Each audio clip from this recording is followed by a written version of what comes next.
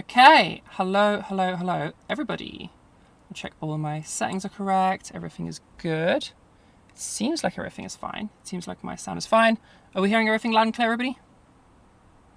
Is my audio nice and good? We are in a very different setting for those that are regulars here. You may notice we're in a completely different setting. Yep, audio is nice and good. Okay, perfect. I do have my camera in front of the monitor a little bit, so I'm having to kind of look around the camera itself to see the chats. So I may miss things. If I do miss anything that you guys are saying, do just repeat it. But anyway, welcome to the voice modification workshop. So a little bit for workshop rules and etiquette. This is mainly addressing for people in Discord, but generally anyone that's in any chat. So first thing is be respectful of the learning environment. So if we can keep shout outs to minimal, if we can keep things on topic, and generally keep this as a learning space, then that'd be really good. It'll help us all gain everything we can from this. Make sure you're being really respectful to your fellow attendees. So I don't want any fights breaking out in any of the chats. It's definitely counterproductive. And generally nothing like that happening would be great. Hasn't happened much so far. There's been one or two things over the past year and a half. So generally you guys are pretty good. I trust you. But yeah, let's stay nice and respectful. And then make sure we're staying on topic. So we don't need, if we can keep the chats to questions and things about voice, or things about what we're talking about, now is not the time to have a big discussion between yourselves about Warhammer, or I have no idea what's happening in pop culture now. I can't reference anything. The new Spider-Man or anything like that. Yeah, let's try to stay on topic so that everybody can learn as best they can. And especially because I don't want to miss anybody's questions, especially because my setup is a bit more difficult to see the chats right now. So make sure we keep the chats available so that I can see. That said, I do like to be able to hear what you guys are thinking. So a really active chat is a really good thing. Make sure just, if I'm saying hey, does that make sense, everybody? Let me know. Does that make sense? Are you guys following?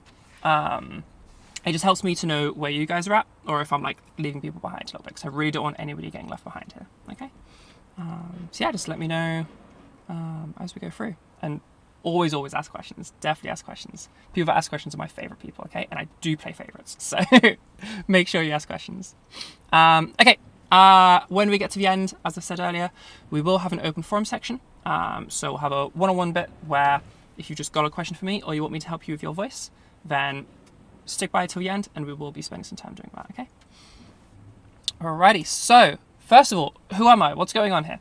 My name's Sarah. Pleased to meet you all. I'm the owner of and dedicated voice coach over in Trans Network, which is where most of you are right now.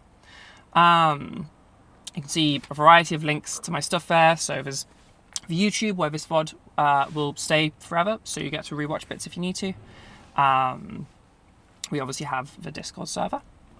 We have my Ko-fi if you want to support what we do here. All of these workshops are unmonetized. There's no, there's nothing that brings income from the workshops other than you guys just supporting. So if you want to help keep these going, then head over to the Ko-fi. It really helps a lot. And then, any links that you want to find, if you just click on my, whichever account I'm using in your server to display this to you guys, whether it's Zaros12 or Zaros13, if you just click on it, it's got all the links in it. Just as if you want something quick and clickable. Okay. And yeah, I've been hosting workshops since August 2024, teaching since October 2024. And if you would like lessons with myself, prices are about to go up, but as of the date of this recording, privates are currently £35 a lesson, and publics are $15. And you just head over to the server. There's a little one-on-one lessons channel, and there's an info channel as well. So click on either of those, and then you'll be able to open a ticket, and you'll be able to book in lessons. Okay. Alrighty. So, big important bit. What am I not? Okay, this is very important. I'm not a medical professional. I have no medical qualifications whatsoever. I don't have a I'm not medically trained in any manner, and I'm definitely not your doctor. Very, very much not your doctor. And none of what we're doing is healthcare. Okay? Think of what we're doing as more like learning a skill. Okay? So this is like getting guitar lessons, or this is like getting singing lessons. It's not like treating something. If you do have a medical condition going on, you should seek medical support with that. Okay? And always, you guys are responsible for your own medical stuff and health. But yeah, not your doctor. If I hear anything, closest we ever get to anything like this is during one-on-ones, during lessons, if people are asking questions, if there's alarm bells ringing to me that maybe you need to speak to a doctor, I might just recommend that you speak to a doctor. So, if I'm like, oh, sounds like what you're saying sounds similar to what I've heard for like some kind of medical injury or something, maybe you should speak to a doctor about that. That's about as far as we go. And even if I say that, it doesn't mean that I'm right, It's just somebody giving an educated yes, essentially. Okay, so let's talk voice. So maintaining vocal health, really important, all right? Things we should be doing: stay hydrated. You'll see me drinking a lot from this bottle and maybe even finishing it by the end of this workshop. Staying hydrated is really, really important. I recommend to all of you, and like literally go through the amount you're drinking a day, because I have a lot of people that overestimate how much they drink. You should be drinking like 2.5 liters a day. Okay? To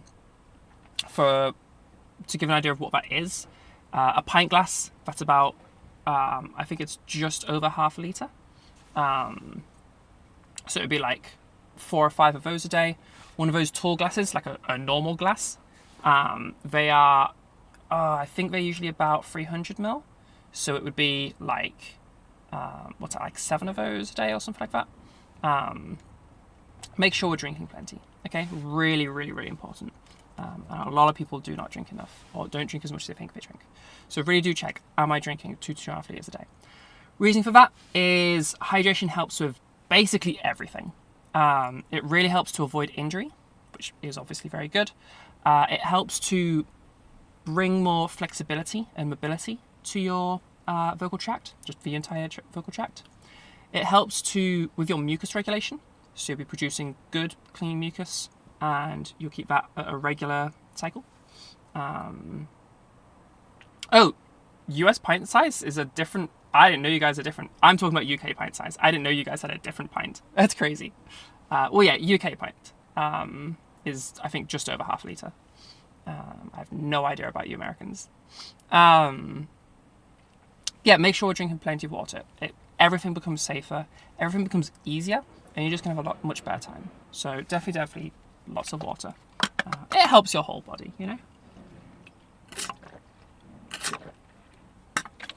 Okay, so another really important thing, and people massively underestimate this one. This is super, super vital, and it's going to improve the quality of your voice as well as your health. Okay? Everything we're doing, I want you to be totally relaxed. Okay? When you talk, it should feel the exact same as it always does.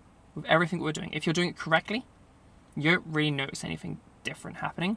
It's just the sound that changes, okay? That's super, super important, okay? So make sure you're totally relaxed. No squeezes, no intense muscular feelings, no anything. Just totally relaxed, okay? It'll also make things like, as I said, it'll make it sound better, it'll make you safer, and it'll make it easier. So really stay as relaxed. Warm-ups. We'll be doing some of those later. Warm-ups are going to be really important. They're just going to help increase the blood flow to your vocal tract. By increasing blood flow, it's similar to the hydration things. You make things more nimble, more able to move. On top of that, all of that hydration, it requires blood flow to actually get to you, because that's how your body works. Your body transports things through your bloodstream. So by increasing our blood flow, we then allow that hydration to actually reach our vocal folds at a higher rate, which is really good. It's like any exercise, we gotta be warmed up. Okay. Lastly, make sure you're having fun and like actually treat this as a high priority, because voice training is something that can be very mentally taxing at times. I mean, it's like a lot of things in transition, really. I'm sure you're all familiar with how going through transition can be very like, because everything is a marathon, not a sprint, and it's a lot of very slow changes that we're building upon. It can feel like a lot sometimes. And this is especially one where you have to learn a huge amount, and you have to use your voice in ways that most people never do in their entire lives. So, including like changing things that most people don't even know exist in your voice, like in any way at all. You know, most people have no concept of how to switch from a masculine to a feminine voice. So there's a lot you got to do, and there's a lot you got to learn, and there's probably a lot you've got to unlearn, and that is just a lot, you know. So make sure you're actively seeking out and actively inserting the fun, so that you don't get like bogged down in it, you know, so that the grind of it doesn't wear you down, because that can happen, and it can be very stressful, especially when it's something so important to you. We really got to make sure we're looking after ourselves along the way. So really, really important. Make sure you're having fun with it, and like actively find that fun, and it will help you learn faster as well. You know, if you're enjoying it and you're having fun with a process, you can play around with it and you can have a lot of fun, and you'll learn way faster, and you'll be more motivated to practice, and just everything becomes easier when you're like seeking fun, okay, and making that an active part of the journey. All right. Now, things to avoid, okay? Straining, these all kind of group together, all right? Strain of your voice, any pain or discomfort, any tension, okay? So we're thinking like when you can feel muscles tightening, or you can feel something squeezing, okay? If you're in pain, certainly, or if you're in any discomfort at all of these things you must avoid always. First of all, they're going to provide some weird sounds into your voice. They're not going to sound good. They're never going to bring you the sound that you want. Secondly, while they're bringing you sounds that you don't want, or potentially not even being a sound-related thing, they're distracting you from the thing you actually wanted to do, because you're trying to do one thing and you're accidentally doing this other thing. So you end up not being able to actually go as far as you wanted to go. And then thirdly, big health risks. Obviously, straining muscles, we all know, is a bad thing. So if we're trying to use our voice, our modified voice, and every time we're clenching a muscle, that's going to cause strain over time, which we want to avoid. And it's going to be exhausting to follow up from that. If we're experiencing pain or discomfort, odds are pain is usually a sign. It's usually the body saying like, "Hey, you're damaging me. You're doing some shit. This is not good. Please stop." And we really want to listen to that, because when we're doing damage to the vocal tract, we can have scar tissue developing over time. And if we keep just hammering it, ignoring what our body's telling us, eventually that scar tissue can develop into polyps, and they need to be removed surgically. So it can be a big deal. Now, I've never had a single student have anything like that happening. A little injury isn't a big deal. It's when we're ignoring our body and not stopping. That's the issue, okay? So if you do hurt yourself, take a break, take a step back, review what you just did. Whatever it was, you weren't meant to be doing it. And probably come to me for some advice, okay? That's what teachers are for. Yeah. So, yeah, big thing.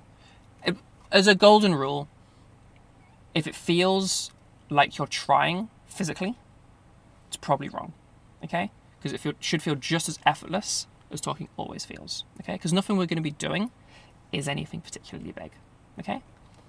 Like, if I was to do probably the biggest change I could do, If I go all the way over here, okay, so we have this has just moved, and we have a couple of things internal, and then if I take that to all the way to the other side, and I go as like maximally hyperfem as I possibly can, move this over here, and there's a couple of internal things.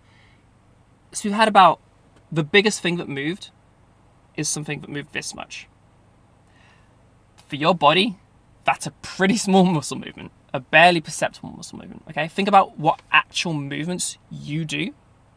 This, not much. This is what it feels like to move your muscles, you know? So you're not going to feel much of this because it's such a small adjustment you're actually making in terms of a physicality. Mentally, huge task. Lots of learning how to do these things. But it's a precision thing, not a using muscles in a huge way thing, okay? It's like learning guitar. With guitar, it's not about having these huge finger muscles and really building up your fingers. It's about learning precision and dexterity, okay? Not about getting strong, you know? And it's the same with voice.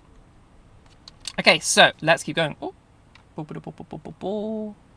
No, give me my slideshow back. There we go. All right, let's keep going. So how does a voice actually work? How do you produce your voice? What's going on there? So first of all, you can see this power source filter model, okay? That little diagram there. Why is my mouse blowing out? Yeah, you can see that little diagram there. Now that's a really, really basic and simple diagram that really perfectly illustrates voice, and we use this all across the voice world. And it's especially good for explaining a lot of gender affirming voice stuff. So we have the power of our voice, okay? This is going to be the air in our lungs, okay? So our lungs are going to be outputting air, okay? So call that the power, or we could think of that as like the substrate or material or energy of our voice, okay? Now the air continues along, eventually reaching your vocal tract. And inside of your vocal tract are these little flaps, okay? Kind of like a trapdoor opening and closing, okay? Sideways, I guess, whatever. Really, it's more of a flowing thing, but you get the idea. They're opening and closing, okay? Now, as they open and close, we have the air going through, okay? So that air is moving through as they're opening and closing. And as a result of that, it makes the air itself start to vibrate a little bit, all right? Now, as your ear has these little hairs inside of it, okay? And those little hairs, they detect movements in the air, little vibrations in the air. And they send that signal to your brain, and your brain perceives that as sound. So where we have those vibrations that we're creating, in the most literal sense, we are creating sound, all right? Because that's what your brain does to that understanding. Could we mute our mics, please? Billie Eilish. Yeah, cool name. Wait, is it? We're just doing a voice workshop. Yeah, voice workshop. We're in 2 different servers. That's why you can't see many people, because they all went to your server. But yeah. No, you're all good. If you don't mind muting the mic, and we'll continue going. Yeah, so we have the vocal folds open and closing and creating those vibration in the air. So now we have a sound that's been created. All right? So we call that the source of our power source filter model, because that's the source of sound, okay? Your vocal folds. So now we have sound. That sound then continues to travel through the rest of your vocal tract. And as it's doing that, it's kind of bouncing around, okay? And kind of taking on the shape of that vocal tract, okay? You can kind of see in that little GIF below, we're creating that sound, those little waves, and then they're bouncing around all the different spaces and resonating through your vocal tract. If we were to change, as we do, change the different shapes and sizes along the way, that kind of changes that vibration, or that bouncing, okay, that resonance. A great example of this is in your mouth. You might notice when you talk, you might see when I talk, I'm moving my mouth around a lot. And that's me changing the shape, the shape of my mouth, the shape of this space, so that sound resonates differently. So created the sound, but that sound here at the moment, it's just like a note, essentially. A note, it's got some buzziness to it, but it's just like an But as that bounces around, that talking, I'm changing the shape of that note and turning it into words. So that's what words are, okay? They're not something that you create in terms of the sound itself. It's shaping a sound that already exists. Another way you could understand this is like, if you ever brush your teeth, I hope most of you have done that. If you ever use an electric toothbrush, it creates kind of like an drone as you're brushing your teeth. You know, you can hear it. If you kind of move your mouth around, you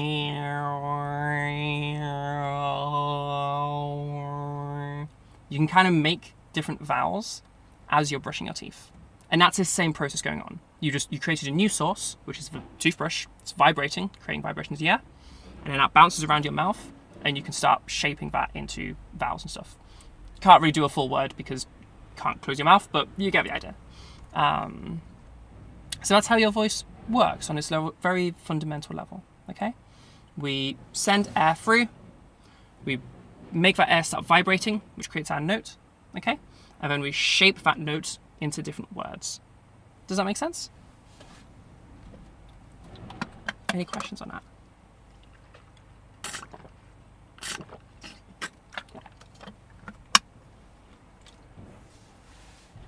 Oh, we've got a sleepy chat today. Is that making sense for everybody?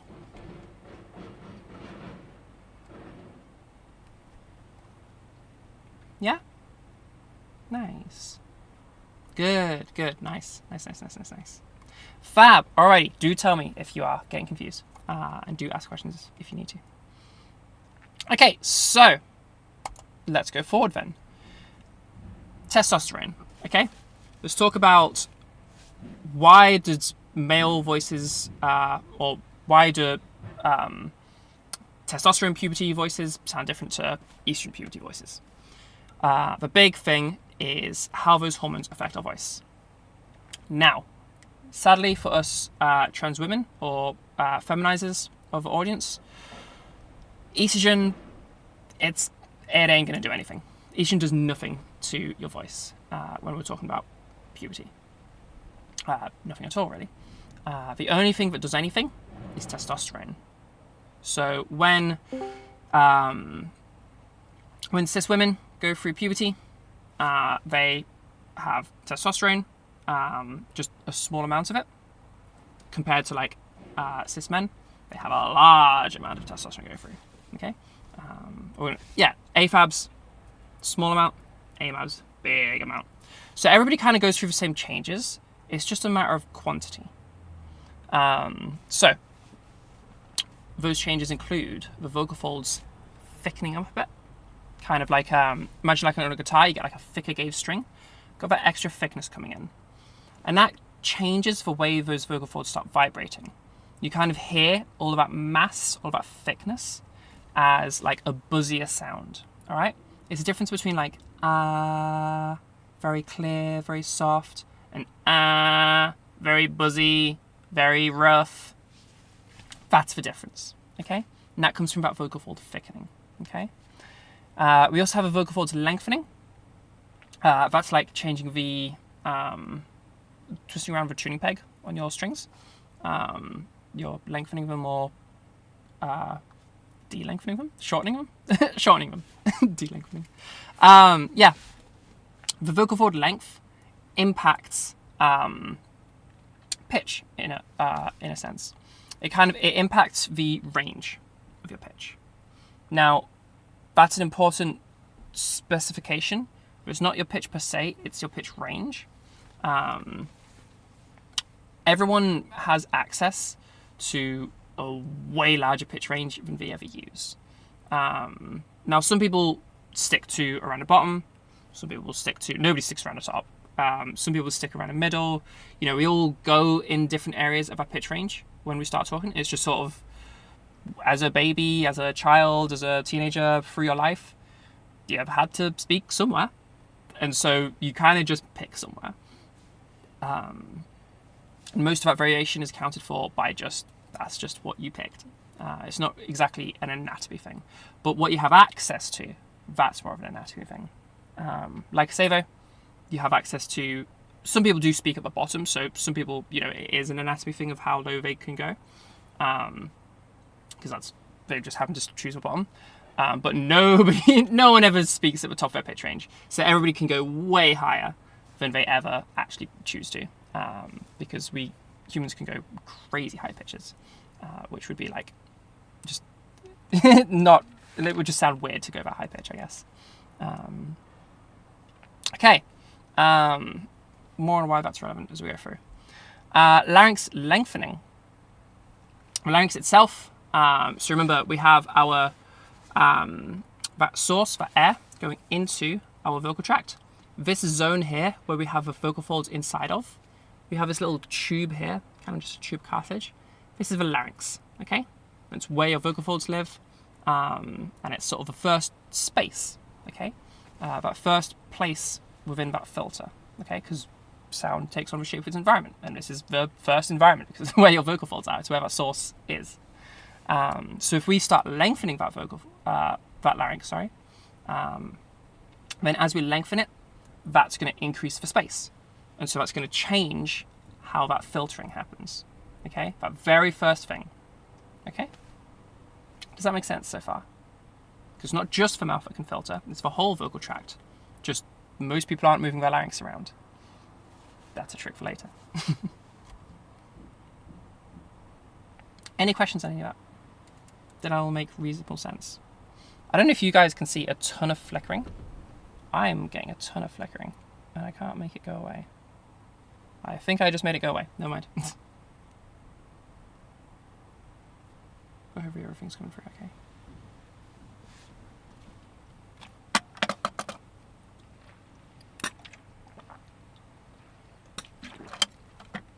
No flickering? Okay, cool. Thank you very much. Yeah, is that making sense to everybody? The larynx lengthening bit is where I tend to lose people. We're not going to be going to super in-depth on that this time around. Next time we're going to go way more in-depth on that.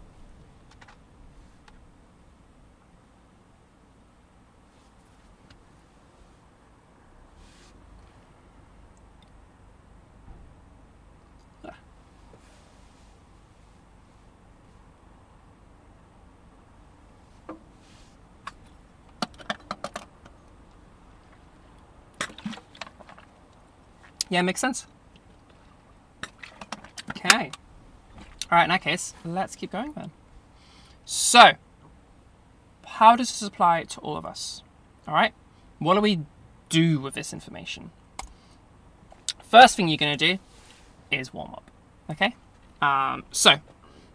Before we do any of the stuff to do with changing our voice, this is just a warm up, like we're talking about in the health and safety. It just increases blood flow to your vocal tract. It doesn't change your voice in any way. It just stretches it out and gets it ready for then doing changes, okay? It's just like warming up before going to a sports tournament or something, or warming up before doing a workout. Doing the warm-up isn't working out, it's just warming up. Same situation here. Not that we're going to be doing any working out, but you get the analogy I'm making. Okay, so SOVTEs, semi-occluded vocal tract exercises. That's a big old term, and it's way simpler than it sounds. All that means is just a semi-occlusion is a partial closure. Okay, semi meaning partial, occlusion meaning closing. So it's just partial closing. So you have partial closing of the vocal tract, well, that's vocal folds all the way out to your mouth. That's for vocal tract.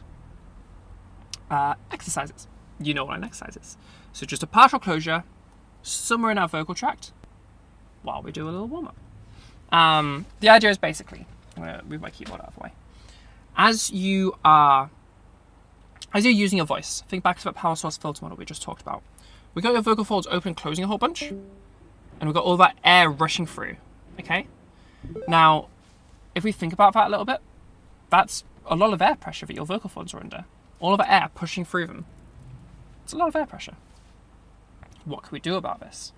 Well, as the air continues, what if we put not a full barrier, because that would just stop our voice, but just a partial blockage somewhere in the vocal tract? Well, if we did that, some of the air is going to hit the barrier. Kind of like if you put your hand in front of your face and blow on it, the air hits your hand, obviously. And you feel some of that air start to rebound. If you do this, you can kind of feel on your lips the air rebounding and then hitting your lips. Same situation is going to happen. So we have that vibrating air making its way through, and some of it hits that barrier that we're going to create, and it's going to rebound and travel back down. Okay? So now we have air going upwards, air going downwards.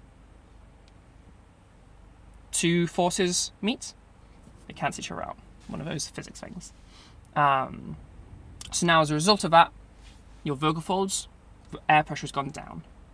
Does that make sense? So they're under less pressure. So now we can do some warming up without them being under a ton of pressure. Does that make sense? Just like the theory behind it. As a phrase, semi-occluded vocal tract exercise is a bit of a mouthful, pun intended. Yeah, it is. I don't know why. Well, no, I do know why. When it comes to science of biology, they like their terms to be a mouthful. Apparently, because biology is the simpler of the sciences, they decided big words make us sound cooler. Because scientists, I guess, and because humans. And so, yeah, if it's biology, it's probably some big, huge terms that have no reason to be so big. And that's just the way it is. But yeah, that's why we say softies, because it's just easier. Yeah, makes sense. Okay, so how are we going to make this barrier? There's loads of different ways you could do it, as you can imagine. There's all sorts of ways we could create a barrier. But not all barriers are created equal.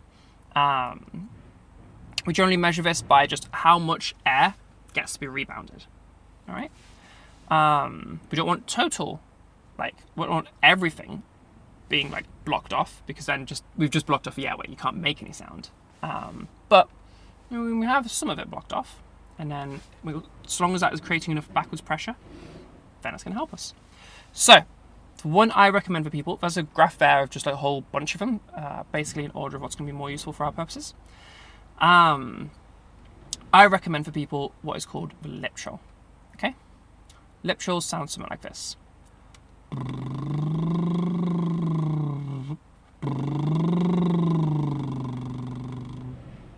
When you're doing this, you want your lips to just be totally relaxed. No stiffness in them. They're just kind of being blown around in the wind like a couple of flags. Okay?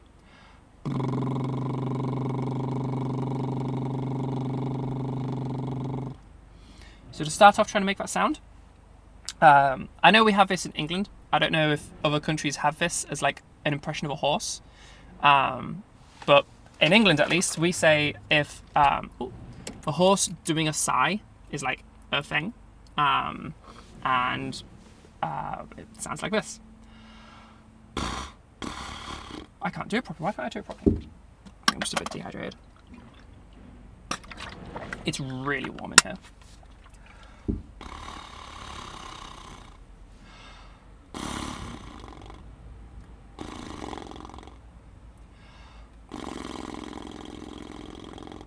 Like that. Yeah? It's kind of a horse doing a little sigh. I don't know, I don't feel like I've ever heard a horse actually do that, but at least that's what people where I grew up say. So first of all, try and make that, okay? That. Okay? From there, see if you can just stabilize it to be like a continuous thing.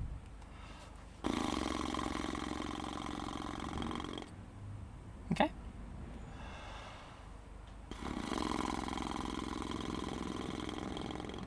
Nice and stable. If you're struggling, put your fingers on your cheeks. Your cheeks can kind of act as little stretchy sacs, which makes they can mess with the air pressures. So you just do that, stops them doing that.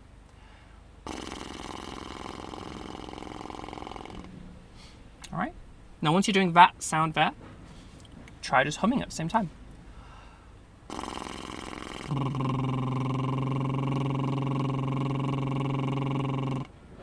Okay.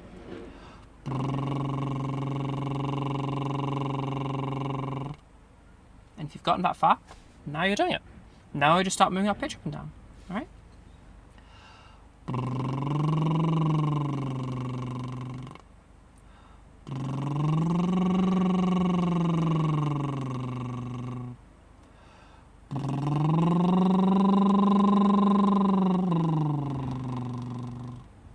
And you can kind of hear what I'm doing there. Is I'm doing just a little bit of a pitch movement. Stretch it out just a little bit. Now we'll do a bigger one. We'll go a bit higher and a bit lower. And then we'll go a bit higher again and a bit lower again. And we're just going to keep going and slowly stretch out, gently making our way to our maximum pitch range. So by the end, you're going as high as you can go and as low as you can go. Okay?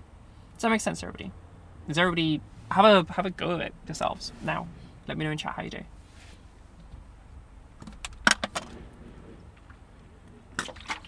Most common difficulties are pushing too much or like forcing too much air. That can kind of mess with it a bit. Yeah, check out live stream on YouTube, absolutely. It stays there forever. And you can also watch from there and be in the chat. Yeah, most common issue is going to be putting in too much force, or kind of adding tension to your lips.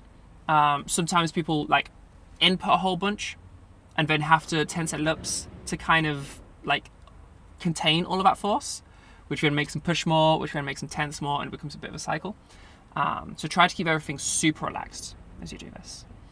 Weirdest sensation ever? Yeah, it can be a bit weird. You'll probably find that you can move your pitch a lot more than you normally can because it supports you really, really well. It's a really, really good softie. But yeah, they're going to be the most common ones, as well as going blowy, okay, or breathy. So we don't want you going like,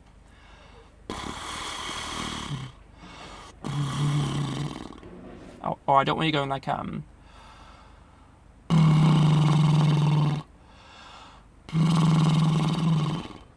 hear all that air going through that, like, I don't want any of that. I just want it nice and clean. That'll help a lot. And don't push on the cheeks a whole bunch, just like a gentle bit of pressure, just to kind of stabilize them. And it's your cheeks, not like, I have some people that do this to like play their lips. You're not doing anything in your lips. You're just pushing on your cheeks a little bit, just to stop them expanding outwards. That's what it is. Yeah, have a little go. See how you're doing with it. If you want, follow along with me as we do a handful. Okay.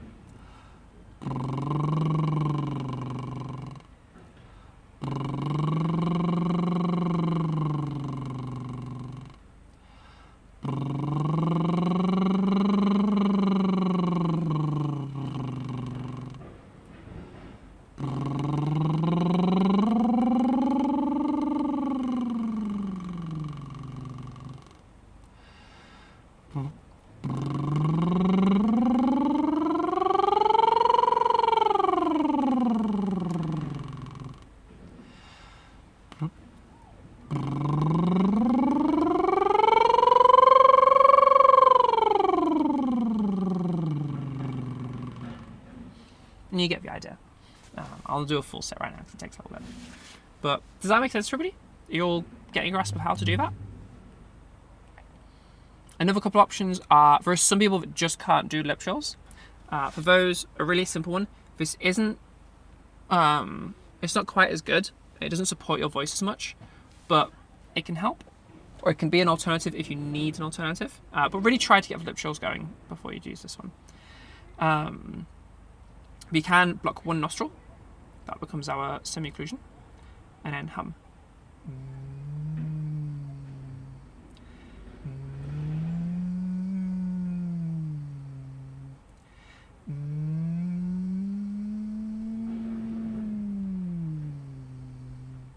And so on and so forth.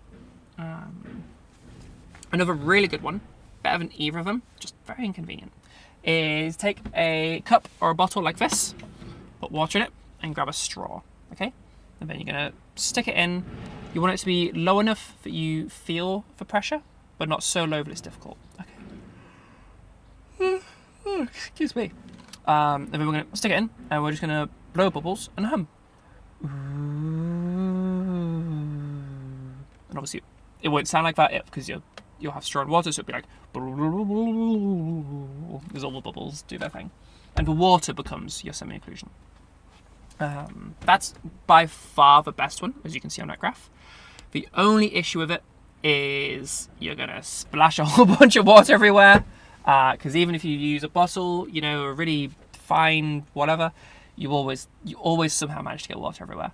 I've done these things for years. I've never not made a mess when doing bubble phonations.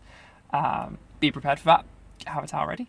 And it requires you to have a bottle around with you filled with water and a straw, which is just not particularly convenient day to day. Which means if I set people homework of doing these like several times a day, every day, If I tell you to do bubble phonations, you won't do them several times every day. I wouldn't, because it becomes too much of an inconvenience to actually be able to do that all the time consistently. So lip trills, they're totally fine. They're very, very good. And yeah, they're convenient. You've always got your lips on you. So that's what I recommend. But by all means, have a play with straw phonations, because they're very good too. Yeah. Any questions from anybody? Anyone struggling to do the lip trills?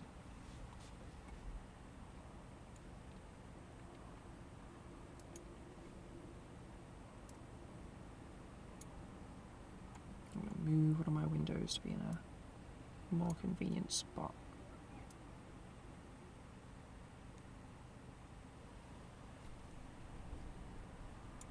Okay, nice. Yeah, what do we all think of that?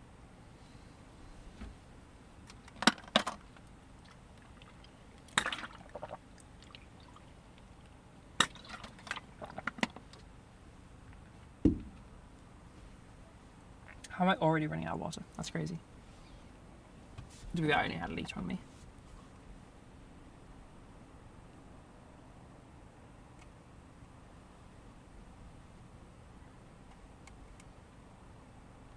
Quiet, Chester. You all must be asleep.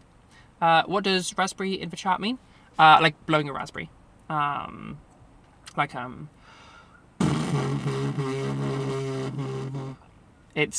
So raspberry is very good in terms of the pressure it creates.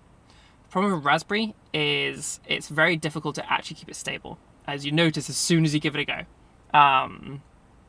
So while it's higher on the chart, in terms of practicality, it's very difficult to actually use it as a warm-up because it's just too intense. I do have Vert in the list of recommended ones there. I might take it off at some point. Vert has a similar issue. It's not as bad as a raspberry, but still, like, you can, even in mine, you can hear little bits of fluctuations in that, where the Vert is, because inherently to Vert, they're not quite that stable. And so, like, your Vert becomes, like, slightly different Vs, you know? So it's just a little bit tricky to maintain. But yeah.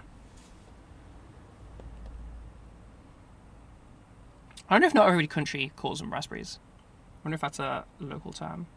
I'm pretty sure this that graph is taken from American paper, so I think Americans must call it that. But apparently raspberry is from raspberry tart, which was interesting to learn. I know that a raspberry tart is a dessert. I don't know how that links to voice. I'll Google what you mean by that afterwards, I suppose. Alrighty then. So if that is making sense to everybody, that's your warm-up, okay? If you are... Oh, it's rhyming slang. Okay. Fair. That's so silly. Okay, so if you are brand new to voice work, this is where you should start. Okay, this is the most basic, most important thing, because it is your warm-up, and you need to be properly warmed up in order to do everything else, because you need to be doing things safely. So if you're brand new, start here. Not only does this help just teach you how to do your warm-up, but it's also really good for it's good for like building habits.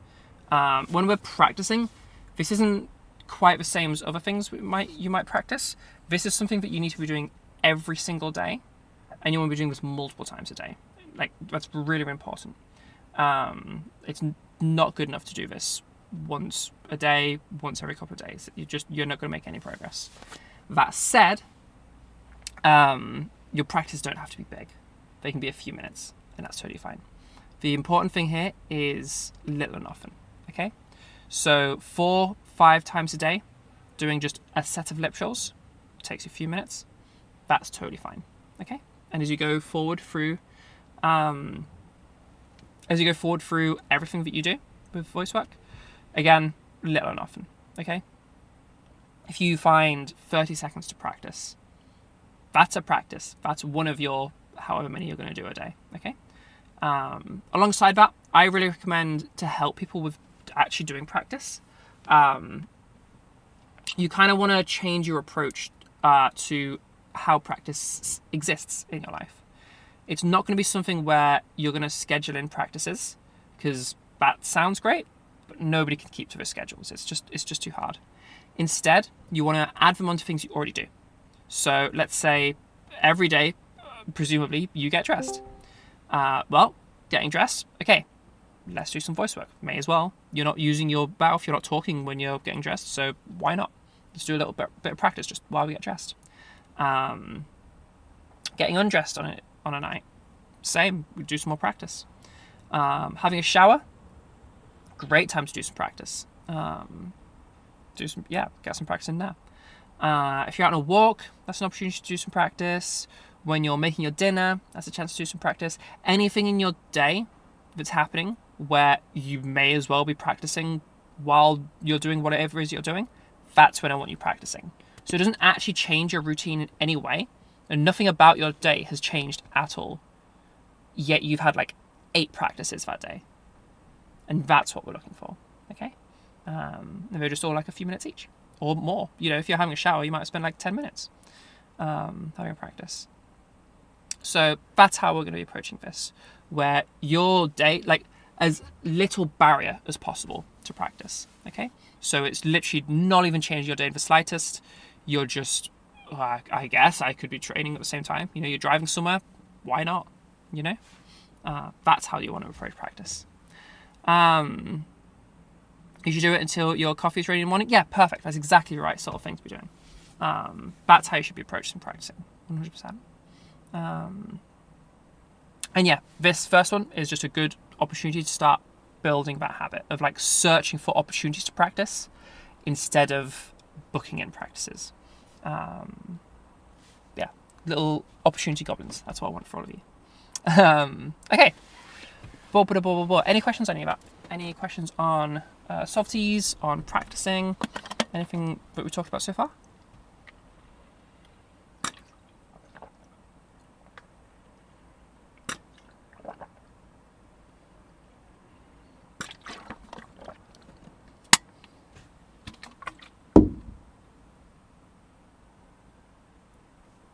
I feel like we are blasting through it today. We're doing really well.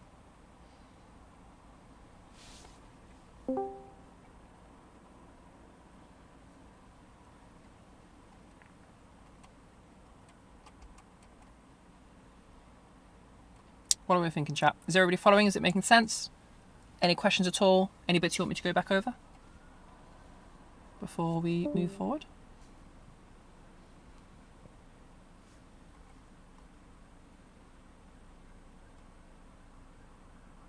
No questions? No worries. All right, let's keep going then. So, let's talk about the first actual change we're going to be making and sort of what our main topic is today. All right, vocal weight.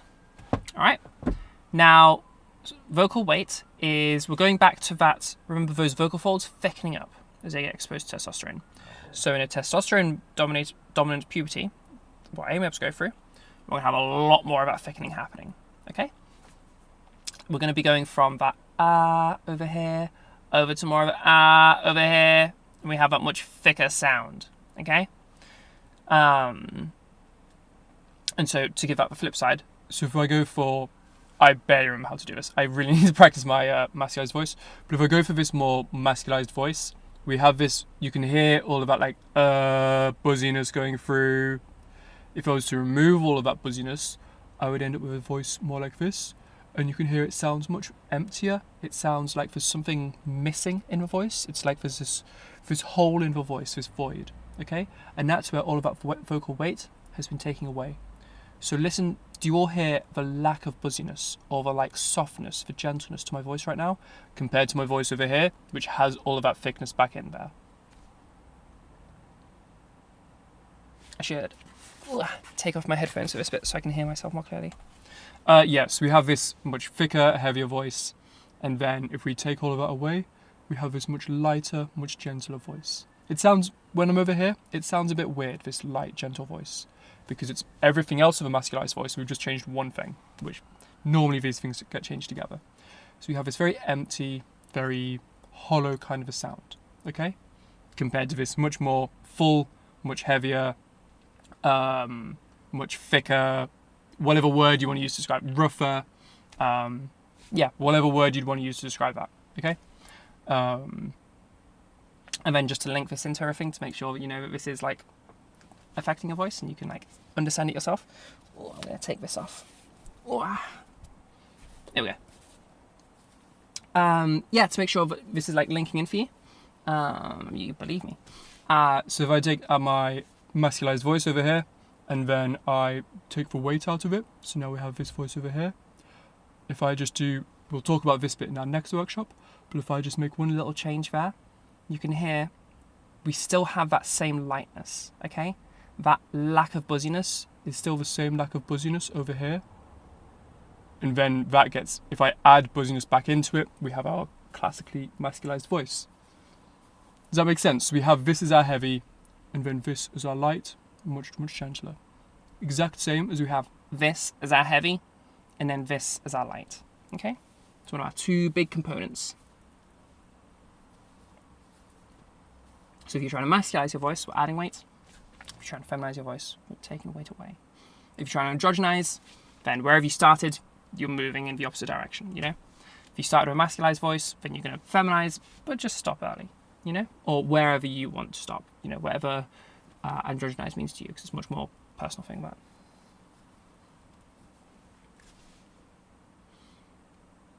Okay, keep going then.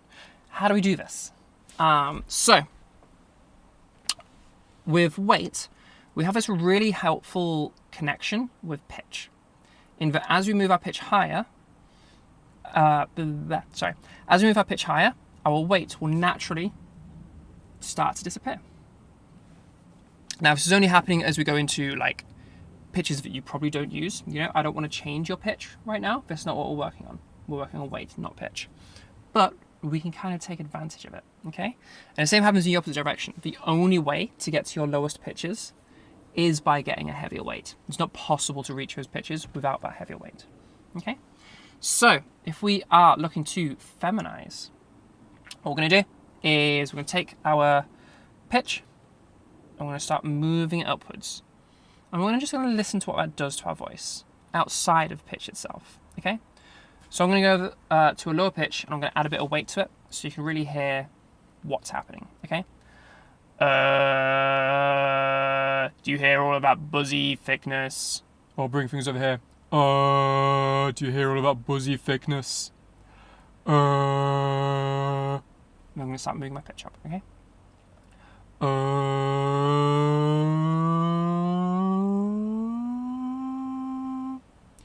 Do you hear what's happened to all of that buzzy thickness? Do you hear how light that became? How much thinner that sound became? And all of these are different words we could use to describe what we're talking about.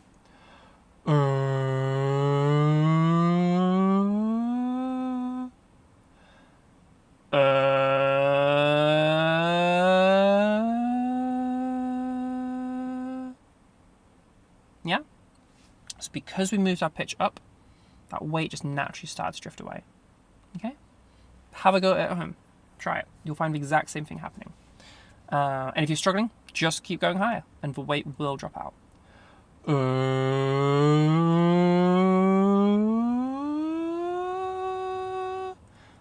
2, 1, 2. Yeah.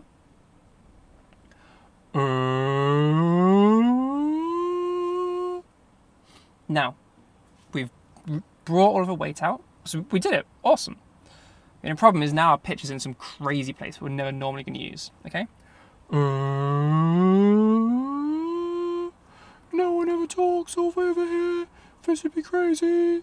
If I go back to my feminine voice, no one talks over here. Even as a feminized voice, it's still going to be in a normal pitch range, you know? So, what we're going to need to do, we've moved, think of it as like dials on a mixer, okay? We used our pitch slider to help us move the weight slider. Great, we got the weight moved, but now our pitch is in a weird place, so we just need to put that back again, okay? And the trick is to put it back without your weight changing. That's the big bit, all right? So it's going to sound like this. Yeah,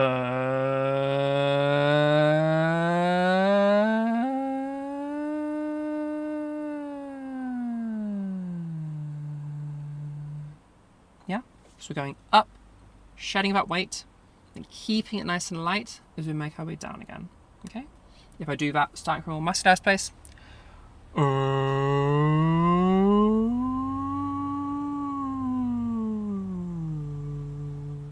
And that's brought my voice over to here, as opposed to that where I started, where it was over here. That makes sense? And that's how I change weight. So some common problems you might be running into now, that you might be struggling with. The first one is going to be breathiness. That's a really common one, where people they start going upwards.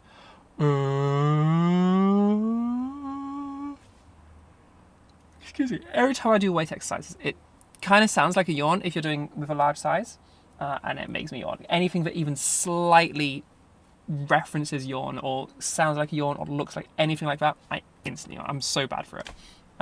If you write yawn, I'll probably yawn. It's terrible. Hence me saying the word a whole bunch. Hence me saying the word a whole bunch made me yawn as well. It's ridiculous. Okay, yeah, so common problem we run into is they get to that point at the top, they've shed all their weight, amazing, but then as they go back down, the weight comes back in, and instead they go breathy to try and compensate. And breathiness is a very different thing, okay? Have a listen. This is me doing it properly.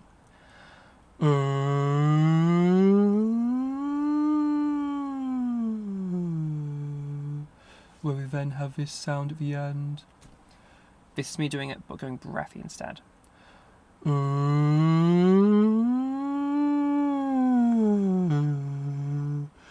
now we have this sound at the end. Can you hear how this is a very different sound? It still has all of that thickness and roughness to it. It just has breathiness at the same time.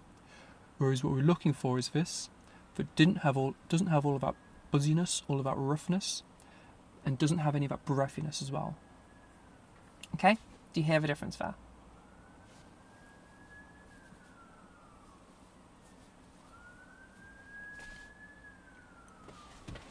It can be useful when you're practicing this, by the way, to, if you can, start even heavier than you normally would be. And then as your pitch moves up, you'll be able to just notice it more as your weight is shedding, which kind of helps you clue into the right thing, you know, tune yourself into weight itself. Yeah. Another one people run into, this is a really common one, is loudness issues. So as they come back down, they get really quiet. Okay? Oh, I can't stop hearing them. Oh, I'm so sorry to be. So, watch out for that one, where you're not doing this. Where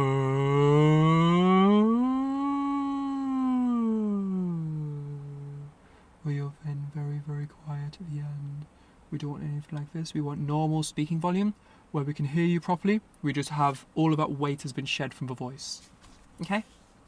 Because remember, just because we are feminizing does not mean we have to be quiet. Women aren't inherently quiet. That's not a thing. Though we'll talk about masculizing in a second. Actually, we'll talk about masculizing now, because the next one is more common with masculizers. So if we're masculizing, same thing, just in reverse. Okay? Remember, we have that pitch connection, and as we go down in pitch, we can only get to our bottom pitches by getting heavier. Now, this is a bit of a fun one. Okay? As you go down in pitch, eventually, you're going to find this new sort of like zone of your voice, okay?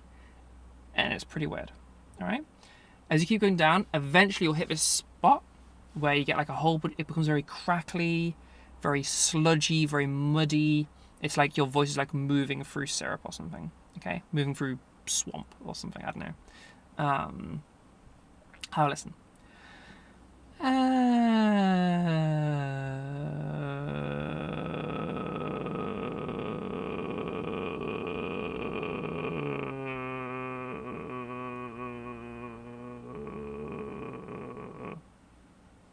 Yeah, that it gets really weird if you go low enough. Okay, just keep going down, and then everything starts to break up and become mush. All right, and within that mush is a really heavy weight, and that's what we're going to be targeting. Okay, so what we're going to do is get yourself all the way down into that sludge, and just start to bring some of it back up again. Okay?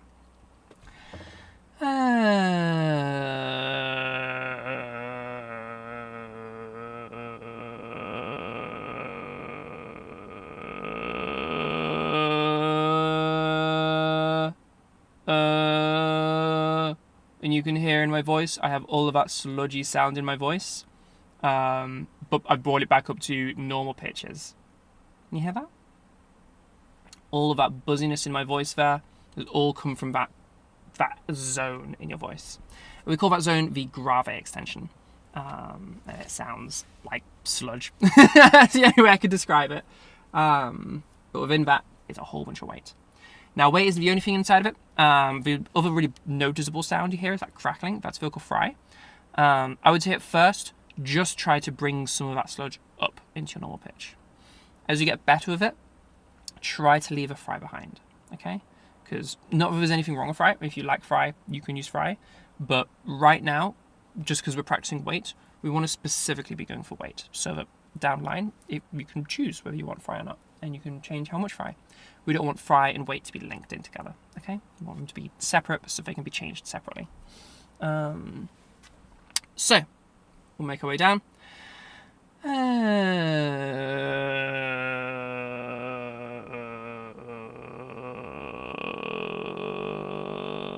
then back up.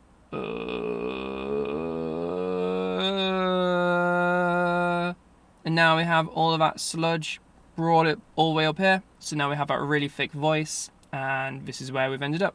So we have all of that weight back into our voice. Okay? And that's what we're doing for masculinizing. All right? For any of these, you do your drill, and then you continue what you're doing into some speaking. Okay? So it's like you've never stopped the drill. Okay? You just keep going into speech. All right? And that's a difficult thing. It sounds like it'd be simple, but going into speech is always the hard bit. A lot of people, in their mind, they're thinking of it as 2 steps. Try to think of it as just 1 step, because in the in-between is where you lose it. As soon as you start talking. Imagine we haven't stopped yet. We're still setting up our voice as we go into speaking. And that usually helps people to stabilize it a little bit. But also, it just takes practice. What can be useful is to literally flow directly into your first words. You could hear me doing it there, where I continued the drill, didn't actually take a breath yet, went into talking, stayed monotonous, stayed on that note, let my voice kind of get settled into it before then speaking in a more natural way, but keeping all of that weight there. That can be helpful. So you can try that if you need to, whether you're feminizing or masculinizing. Okay? So we do the pitch trough, where we're going down into that muck and bring it back up with us. Or we're doing the pitch hill, where we're moving up, shedding all that weight, and then coming back down, keeping it shed. Okay? And the other common issues, obviously loudness, getting louder as you go for masculizers. And then hyperadduction is a big one. So if you notice that your breathing is off, it's like you're holding your breath as you go through the drill, as you go through the talking, this is mainly for the masculizers. If you have that happening, that's not meant to be happening. So you want to be making sure your breathing is normal. That's going to cause strain over time, and also going to cause you to be like,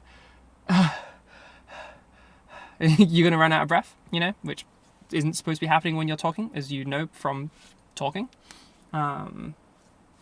So yeah, make sure we are not holding our breath as we go. Make sure we're not holding really anything. Everything should feel nice and loose, nice and relaxed, like we talked about before. And on the flip side, we do have some people doing hyperabduction. This is really both people do this sometimes. Or both masculizers and feminizers. Some students accidentally do this, where the voice goes very raspy, or it kind of goes like this. Where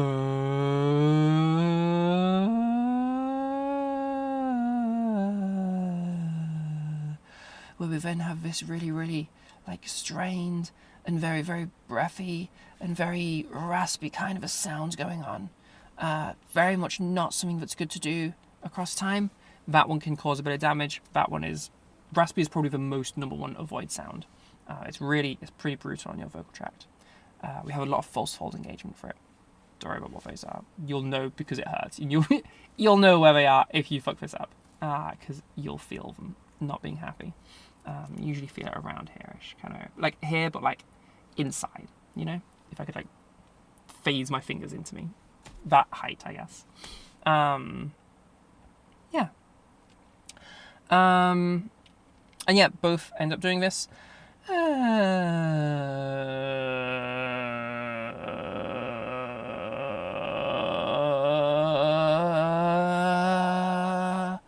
they end up kind of like this at the end, and you can hear it kind of sounds like that muck is there, but it's not really, because like where is that vibration actually?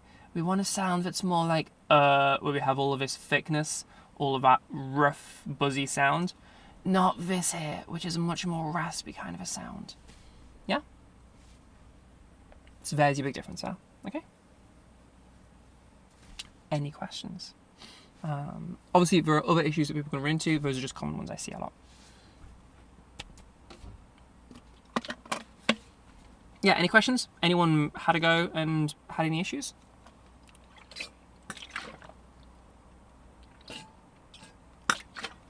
Anyone want any clarifications?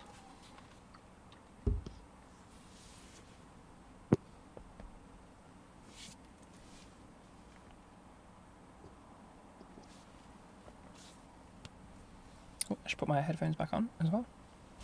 I can check that everything's all good.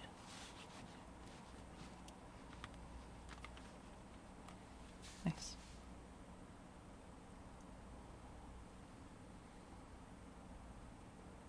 Do you see people mixing up fry and heavyweight much? A little bit. Usually it's something that we tackle when we're introducing it, where we differentiate it from the off, because it's something that's in like that sludgy grave zone. And generally, I would say like early on, I don't mind if you accidentally bring up the fry, because I just want you bringing everything you can. And then as you get better, as you develop your skill, start trying to specifically bring the weight up and not the fry.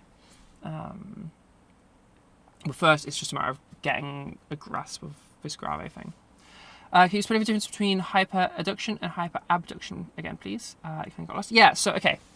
Hyperadduction is where your vocal folds, they're pushing in, okay? And that's what creates that kind of holding your breath effect, where as you've done the trough, and you come back up, a lot of people kind of talk like this, where we have this very, very holding our breath kind of a sound, and then eventually as I keep doing this, I had to like breathe out so I could breathe in, because we're kind of holding our breath really stiff like that. And it sounds very stiff, okay? And people mix up that rough sound with that stiff sound. And hyperadduction, we're adding force, we're pushing in, okay? That's what's happening. Hyperabduction, abduct, take away. The vocal folds are parted, okay, which means there's an air leakage, all right? Now, an air leakage on its own is just going to sound like breathiness, but usually this isn't accidental. If it's an accidental thing, what often happens is your false vocal folds, you've got these two other flaps above your vocal folds called your false vocal folds, and they're just kind of there as like protection, basically. But humans being human, we figured out how to make sound of it, because of course we did, because we're crazy about communication.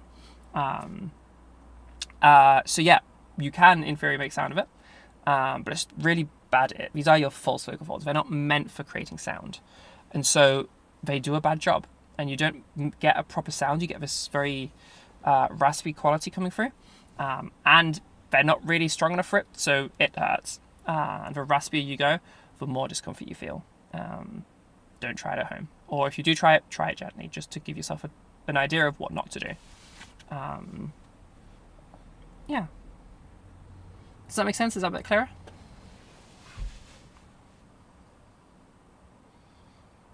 What temperature is it in here? It is so warm. Oof, 26 degrees. Wow. Don't understand how to feminize. Feel like you're humming and talking over it. So to start off, we're just doing, so we break feminization or masculinization or any of our trans voice stuff is a series of steps. We break the voice down.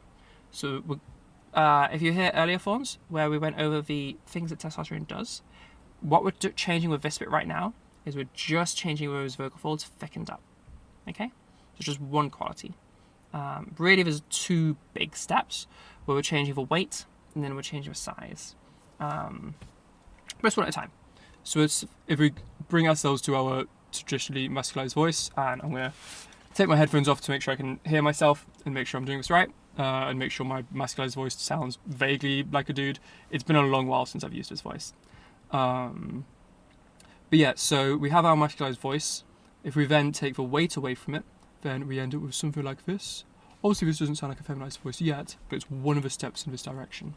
We then have the other step, which is me taking my voice over here, which we'll cover in our next workshop. Okay? Yeah. But if I wasn't to take the weight out, instead, I would go from we have our masculine voice over here, and then I would change the size, which we're going to do with the next one, and I would end up over here, which still doesn't sound like a typically feminized voice, because it has all of this over fullness, all this super buzziness. We'd still need to take away all of that thick, buzzy sound and bring ourselves over to here to have our more typically feminized voice. So it's just the 2 steps that are both needed. Does that make more sense?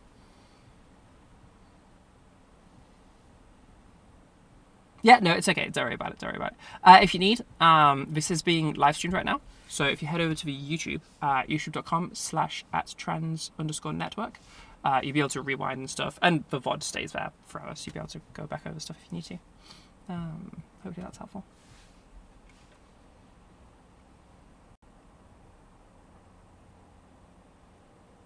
Yeah, there is.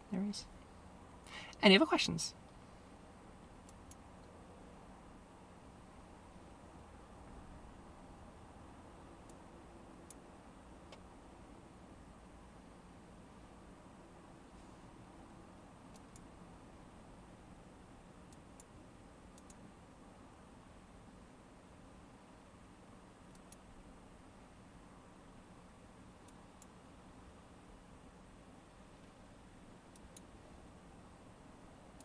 Alright, not seeing any other questions, so I assume that means you'll perfectly understand the weight now. Oh, you may hear this called glottal quotient in some places.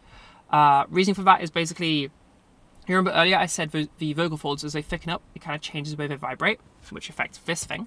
The specific change is, you can imagine we have, so remember, to make sound, they open, they close, they open, they close, and they keep doing this really quickly. Okay?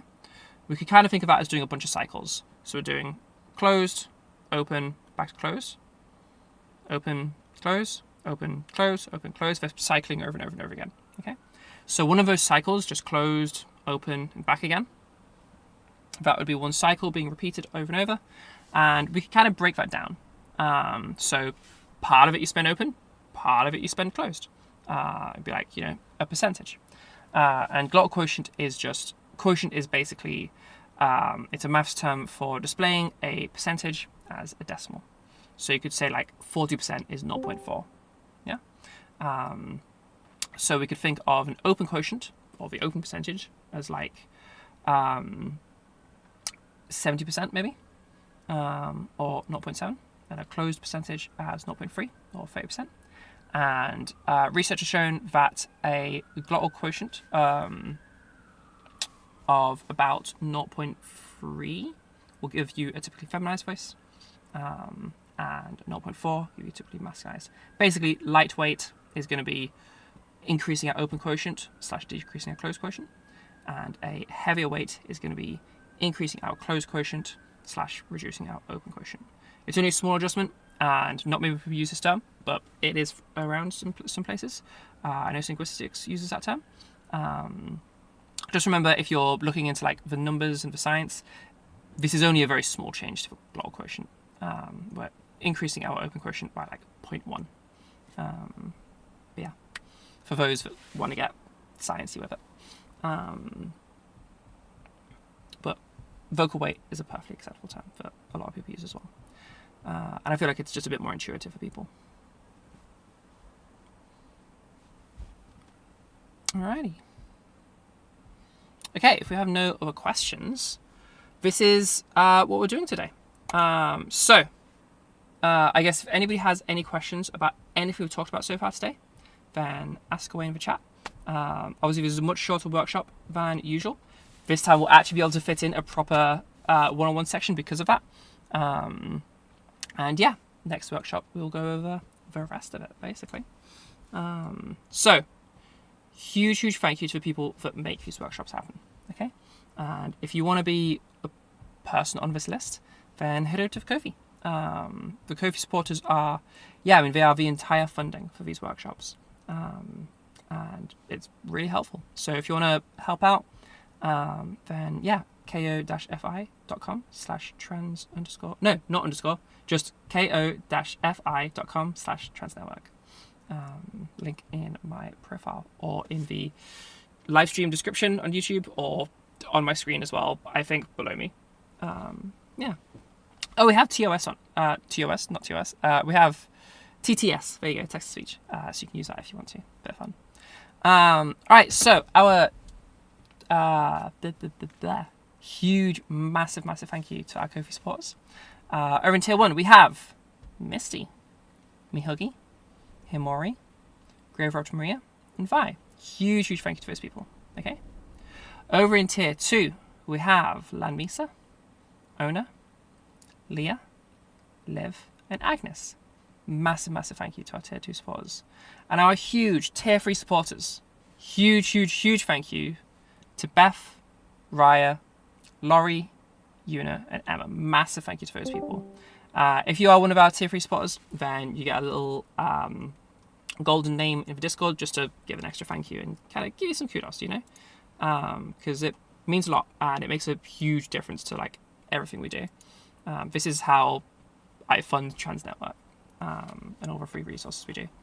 So yeah, massive thank you to those people because it really helps. And what is happening? It seems like I have crashed on one of my screens. Wait, have we crashed?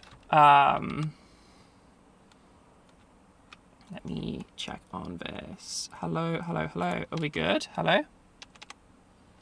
Please don't tell me I've crashed now, of all times. The stream looks okay. Is it my mousity issue?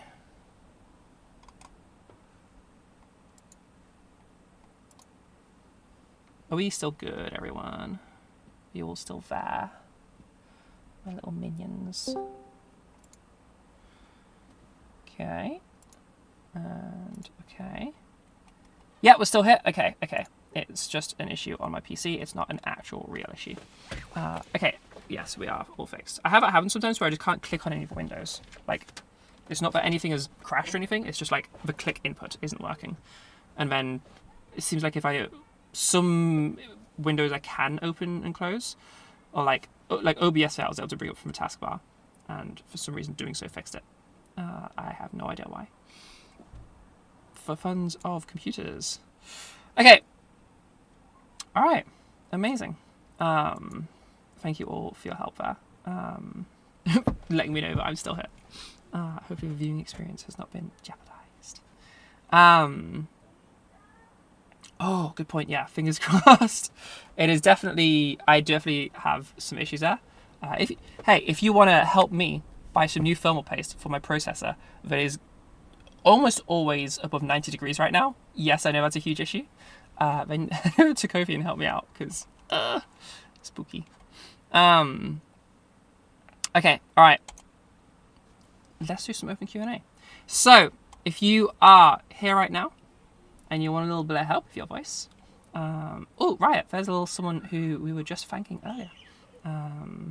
Yeah, huge thank you to Raya, one of our tier 3 subs. I hope you're doing well, Raya. Okay, yeah, if you want some help with your voice, the open Q&A section, we are only going to be doing Trans Network. The issue we have is it's just not possible to link everybody's audio up without echoing happening. So if you're in Trans Voice right now and you'd like some help, or if you're in the YouTube chat and you'd like some help with your voice, head over to Trans Network. There's a link in my username on Discord. There's a link on Zara's12. Or if you're on YouTube, there is a link in your description if you want a little bit of help. Other than that, people in Trans Network right now, would anyone like some help with anything about their voice? And if people have just general questions, anything you have about voice, ask me in the chat. Doesn't just have to be stuff we talked about today. If you have been working on size and you want me to check in on it, then by all means, speak up. And yeah, we just do a first come, first serve. So feel free to, if you're one of the people waiting, just unmute the mic and go for it. Yeah, would anybody like a little assist? I mean, I keep going raspy with the voice and I sound weird. I don't really, I was paying attention, but I'm also it's okay. dumb. But, so It's okay. I shouldn't swear. Yeah, so I just sound weird and I feel quite nervous about it. Fuck it. Is it in a particular drill that's causing this for you? It's just, it's a practice thing, I think. But I don't know. It's like I know it's like a lot of I do a lot of raising larynx things because I know it's like if you breathe out, like you can like raise your larynx, but then I go to like a more raspier place and then I sound weird. But I sound okay for like 5 seconds, and then I sound weird for like the rest of it. What's the exercise that you're using for raising your larynx? Can I ask? Like breathing out, like like that, and then you get to that, kind of. Okay. We need to help you with a more fleshed out exercise, I think. Okay. This is a super common thing, by the way. It is not just you. So, follow-up question. How is it that you know that you've raised your larynx? I can feel it. Aha! And there's our issue. Oh, you're not meant to feel it? Oh, not meant to feel it, no. Everything should feel totally relaxed and totally normal, like speaking always does. What you're feeling... No. It's not you being stupid. Everybody does this, okay? It's very tempting because normally when we're doing stuff, we kind of get 2 sensory inputs. You can see it. Sometimes 3. See it, feel it. They're our main 2, okay? Like if I'm doing this, I can feel it happening, I can see it happening. But with our voice, you can't really see that. So it's just hearing. And we want to try to like, maybe I can feel it as well to like verify what's happening. But the problem is we don't feel these bits because they're just very, very small muscle movements. So when you're trying to like get that extra sensory input and like feel what's happening, something else ends up happening instead that's just something that is more feelable, but it's totally unrelated. And almost everybody does this. I did this when I was learning. For me, I would start tensing the back of my neck. Not even anything to do with your voice. It doesn't change your voice in any way. It didn't change my voice in any way. I was just getting a really stiff neck. But I felt something happening, and so it seemed like it was right, but it's actually just whenever I've tried to do a this thing, this is tensed up, making me think that this thing was this thing, you know? Okay, yeah. So, what are you going to do? First of all, let's flesh out your exercise a bit to help you out a bit. I like to use something called whispered words, and we'll talk about this more in our next workshop. What you're going to do is you're going to take a word like... Well, first of all, have you done... you've done your breathing thing. As you do your breathing thing, if I was to say your whispering is effectively the same thing, do you know what I mean? I can kind of show you that if you're not sure. I guess so. Try doing the breathing thing, and then turn that into whispering hat over and over. I'm doing it, but it's really quiet. That's okay. Oh, we will need to change your Discord settings real quick so I'll be able to hear you properly, because right now Discord is muting it. If you go into your user settings, you want your input sensitivity setting to manual and then dragging all the way to the left. So otherwise the noise gate turns it off. I'm still tensing. It's okay. We'll change the Discord settings first so I can hear what's happening. Oh, yeah, voice isolation. And then underneath input sensitivity, you'll want echo cancellation turned off. And what do you want? Noise suppression setting to none. Sorry. So it's on mic volume, mic test. I think Studio misses one of them usually. Oh, so just custom? Yeah, just custom it. And then noise May I ask you? none. Oh, hey, When will Billie be the Eilish. next workshop? Yeah, The when next will one be is the going to next be workshop? in 4 weeks. If you check on the 4 in the weeks. events, it should show you. Yes, it will be. I didn't see. There Oh, is. yeah, I see. Yeah. Where is it? Got it. There it is. Yeah, September 23rd. August 26th. 26. Ooh. Oh, wait. Yeah. 26. Yeah. Because we moved this one. Time zones. Yeah, August 26th. Will be the next one. There should be a thing that you can follow it, so Discord will notify you. If that's helpful. So 3 weeks on this one, just because this one's a week late. Yeah. Yeah. So can you hear me? Yeah, still that input sensitivity setting to 0. So you manual, and then you drag it all the way to the left, and then that should show us minus 100 decibels. I'm so dumb. No, you're fine. You're fine. Fuck, man. Like it is. Left. You have like a bar. Yeah, all the way to Left. Yeah, to the left. Yeah. And then as you hover over it, it'll say minus 100 decibels. What will happen is like the green box around you will be like green all the time because it's just always hearing you. Oh no, it's not doing that. Just drag that bar all the way to the left. I did mic volume, but it's not mic volume, is it? No. Input sensitivity. Oh. So first you need to turn it off of automatic and turn it onto manual. It's just like a little toggle. Yeah. I think I did. No, I think it's not quite there yet. No, I'm sorry. No, it's okay. Take your time. I'll see if I have I'm sure I have a picture of my settings somewhere knocking around. Do I not have that? There it is. It's custom advanced mode, give all buttons and dials. I So crisp off. You want it to look like this? Is it echo calibration? No, input sensitivity. Input sensitivity. It look like this. If you get it right. Yeah, Oh, you have to do it.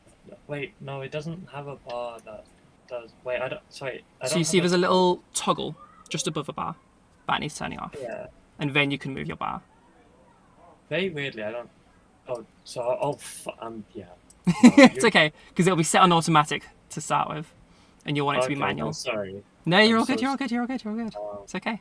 Anyway, people listening can figure out how they're doing their settings when they want to turn through this. So then underneath echo cancellation turning off.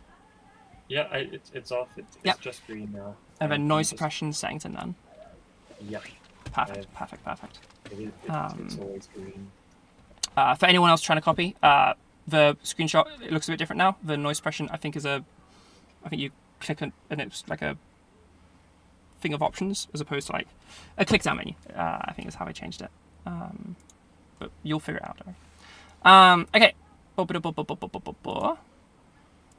So what you're going to do for Yaz is do the exercise you normally do, your drill, to warm you up. As you're doing it, try to turn those breaths into the word hat, okay? Whispering.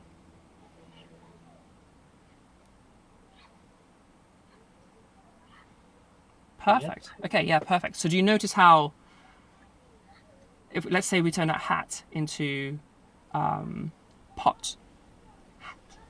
Pot. Okay. So can you notice how, as you're doing your drill, we could replace all of those breaths with words. Pot, pot, pot, pot, pot. Yeah. So my first thing I'm going to do for you is we're going to change your breaths into words. Because when it's words, we can hear what's happening way better. Okay? And it reveals some little things that could be happening. So, can you give me, I'm going to call this, we're going to do a big pot, little pot. Okay? So it'll be like, pot, pot, pot, pot. And we're going to start making our way to small. Pot, pot, pot, pot, pot, pot, pot, pot, pot. So can you go through the full set? Start from that really big giant and make it as small as you can. Wait, so like start loud or what? Sorry. Start big. So you know how you, I assume with your breaths, is it like moving from one place to another? Well, I mean, I guess I'm not. Sorry, I'm not too sure what you mean by that. Okay, we'll flesh this out a bit more then. Okay. Can you pant like a really big dog would pant? Imagine like a German Shepherd or Like that. ooh, maybe an even bigger dog. Like what's a really big dog?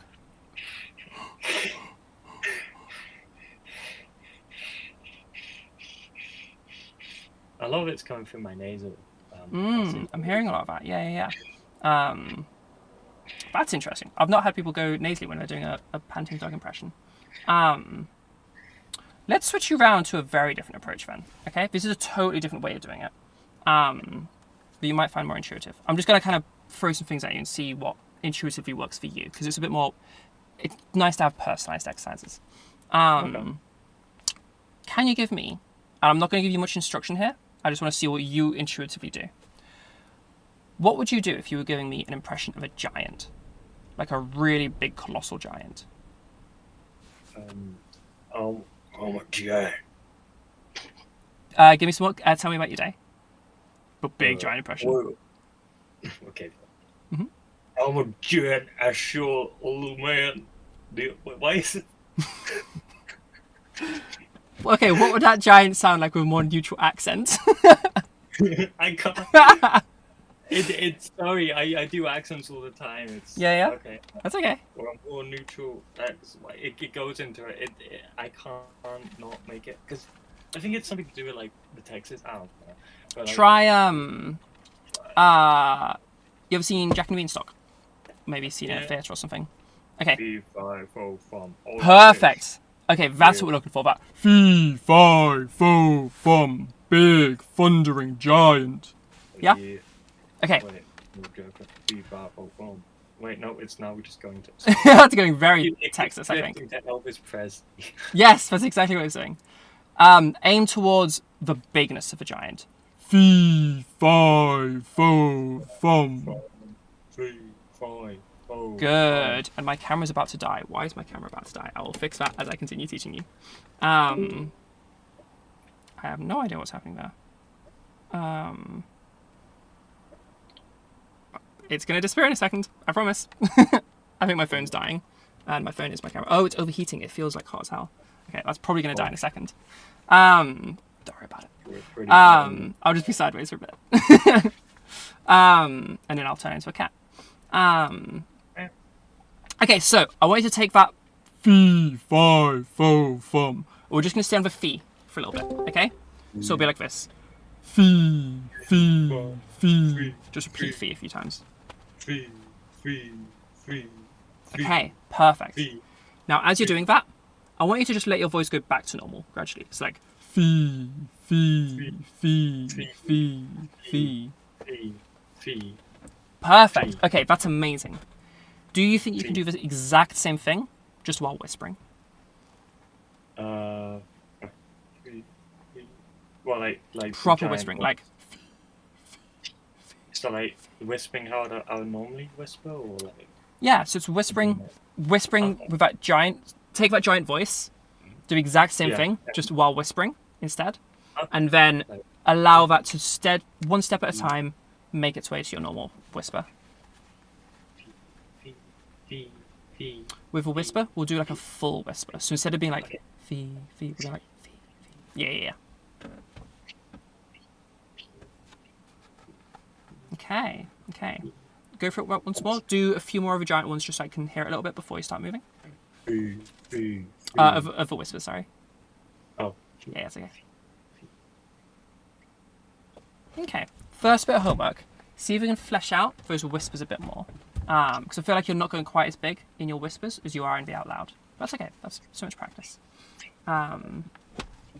Now, another thing, as you go through your whispers, I want them to be very gentle, okay? We're not putting a lot of force into this. It's going to sound big and booming, but like, even if I do this giant impression, fee, fi, fo, we could take a lot of the energy out of that while still sounding very giant. fee, Okay. fi, fo, fum. You can hear I still sound very big and giant, but I'm not like blasting the sound at you. Oh my god. So like this. Yeah. And I could do the same thing with a whisper. Instead of going like fee, fi, fo, fum. I'll put my mic close to me. Fee, fi, fo, fum. I can instead go for a gentler version. Fee, fi, fo, fum. You hear the difference there? Good. That's perfect. That's bang on. That's exactly correct. Okay. Now with that, start allowing that to go to your normal whisper, still nice and gentle, and then see if you can go even further than that and start going smaller.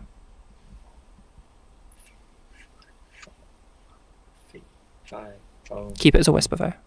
Oh, sorry. That's okay. That's okay.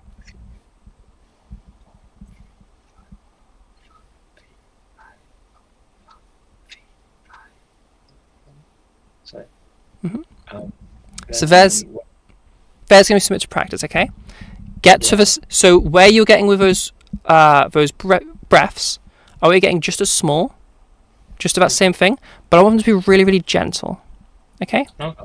And take all of that energy out of them. Because when we're whispering, do you remember, my camera's now dead, so I can't like do the visual. But do you remember how I was talking about those vocal folds, where they're opening and closing?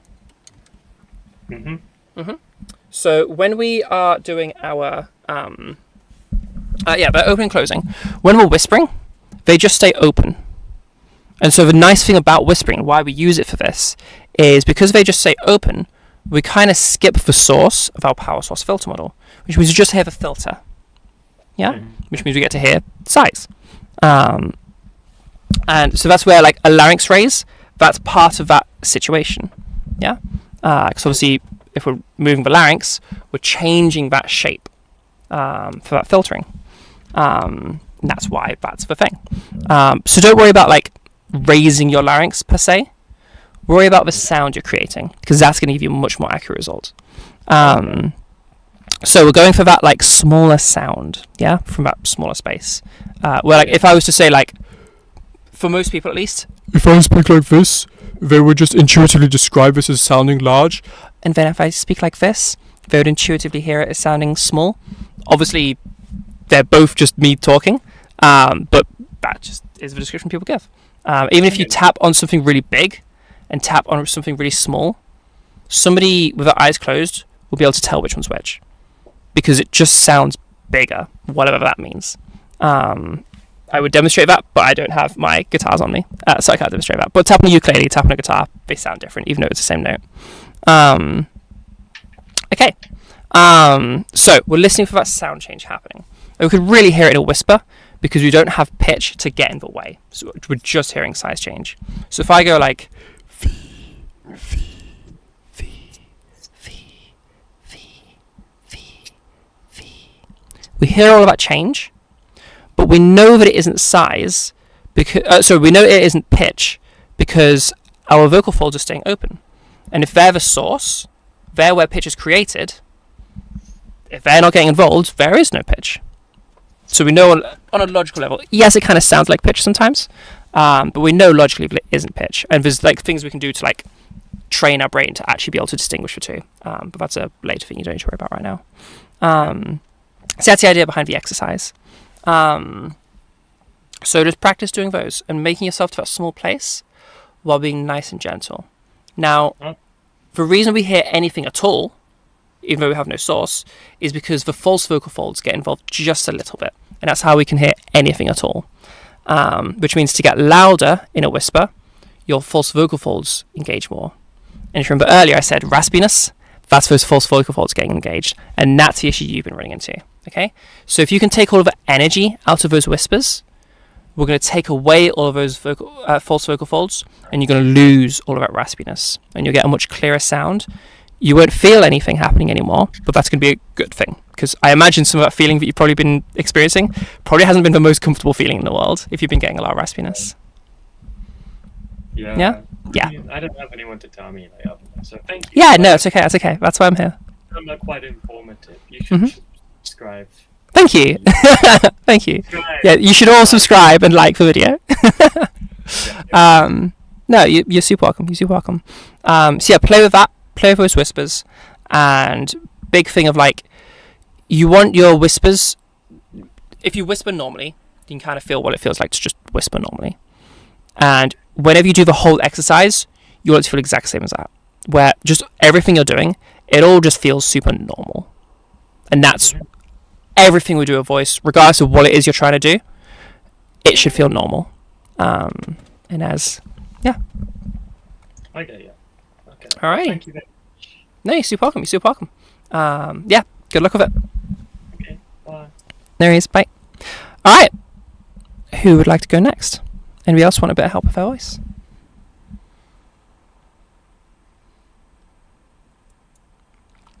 Fawns, you said you're feeling really nervous. I guess if it's helpful, obviously up to you if you do come up. But no one here is going to judge you. You know, many people, we're all in the same boat here. We all have different voices. And yeah, we all start somewhere. So yeah, it's all good.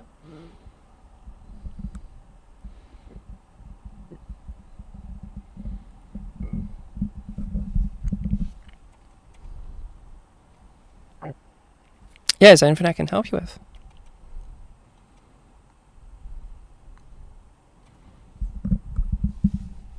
Or if anyone else wants to go, I don't mean to like put the pressure on fawns if they're not feeling comfortable.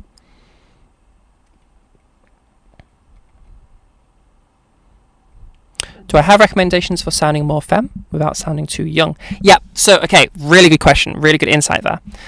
So if you feel like you're sounding super young, what you've done... Okay, this is so cool that you asked that. Let's think about testosterone for a second. Or how all of these changes happen, okay? So remember earlier I said AMABs have testosterone exposure, AFABs have even more testosterone exposure, okay? So effectively what we're doing is just reversing the effects of testosterone exposure through behavioural changes. If we kept doing that, so we do that until we end up with a similar, or emulating a similar amount of testosterone exposure as a cis woman, if we are feminizing. But what if we kept going, and we emulated having no testosterone exposure during puberty? Well, we're emulating not having gone through puberty, i.e., we're emulating sounding like a child. So if you feel like you're sounding too young, you've probably just gone too far. You've probably just taken your voice, you've feminized it. If you keep feminizing, eventually you're not feminizing anymore, you're de-androgenizing. You're taking away the effects of any androgens, any testosterone, to a point where you get a childlike voice. So if I go to like my most extreme, go for my hyper feminized version of my voice, then I end up with a voice like this, which sounds much more like a child's voice than it does an adult woman's voice. Does that make sense?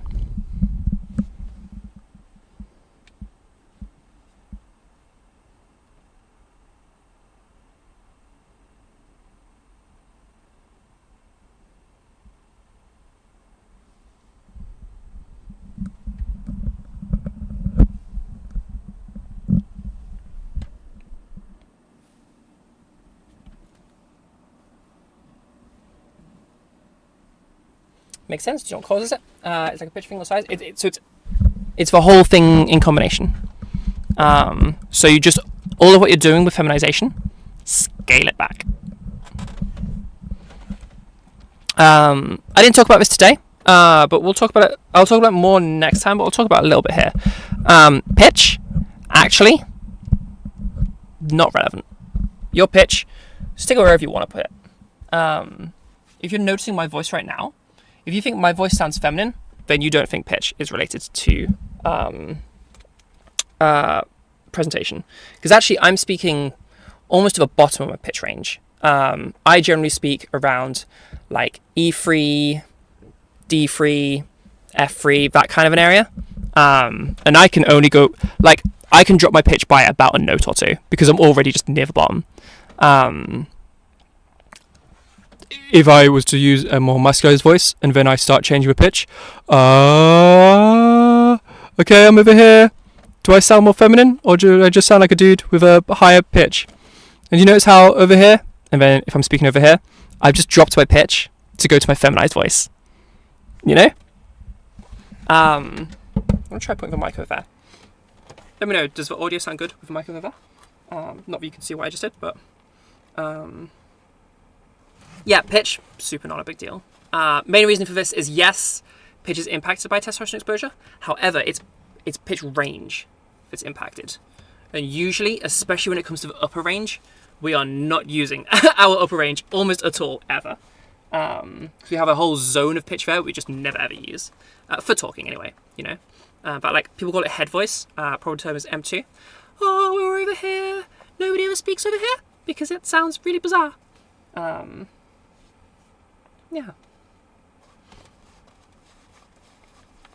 Any other questions? Or anyone else wants some help with anything? Oh, how do you prevent yourself from dropping resonance when your voice is tired? So, your voice should not be getting tired.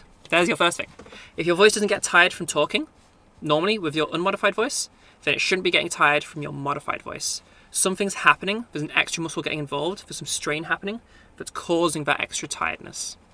Assuming you are someone who doesn't normally get tired. If your voice is dropping, resonance specifically, then that tells me that when you change your resonance, you're involving an extra muscle that's not meant to get involved, and that's getting tired. And so when that's relaxing, you're then also dropping resonance. So you need to identify what that is. What is it that you can feel happening? Whatever it is that you can feel tighter, shouldn't be there. If there's something that tells you, like if you can feel your resonance changing, that feeling, that bit is probably not actually meant to be there. Try to remove a feeling without changing a sound, and you'll totally fix that. Because everything should feel the exact same, which means it would get tired the exact same. As in, like, talking won't tire you out, unless you're someone who talks so little that any usage of your voice tires you out, regardless of modification. But even that wouldn't have you dropping anything. It would just be your voice cutting out because you're tired. Yeah, no worries. If you want, Olive, you're welcome to unmute and I can check out, like, what is it that's coming in that's not meant to be there.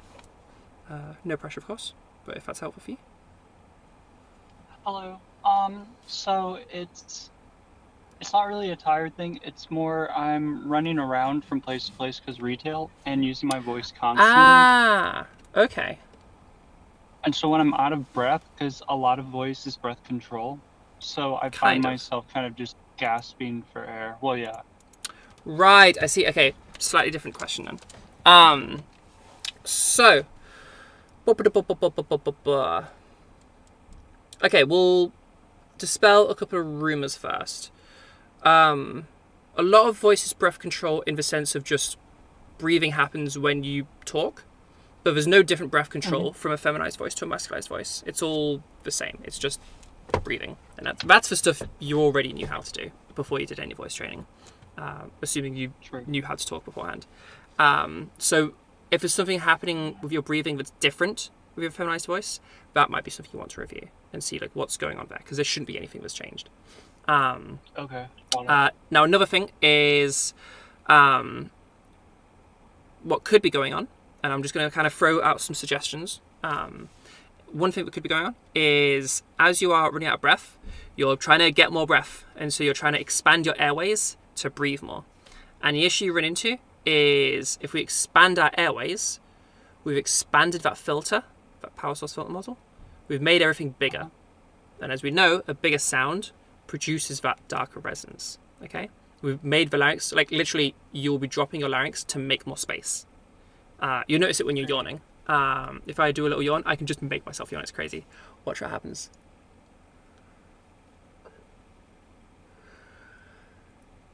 Did you see my larynx move, or, like drop a whole bunch during that? Yes. And that's because when we yawn, we maximally expand our airway because we're trying to move a whole bunch of air when we're yawning. That's what yawning is.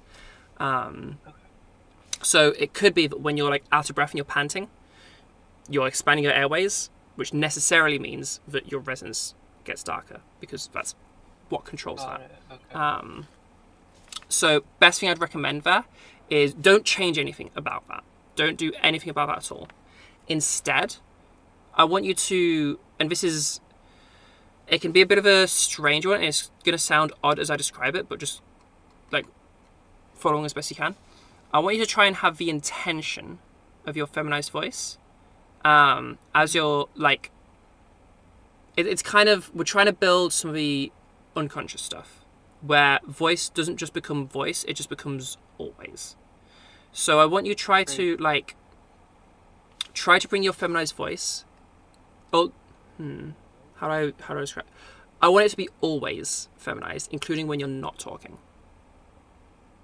or at least the intent to be there. It's how do you get to that point though? It's tricky, or it's tricky to describe. What happens when you sneeze? Out of interest.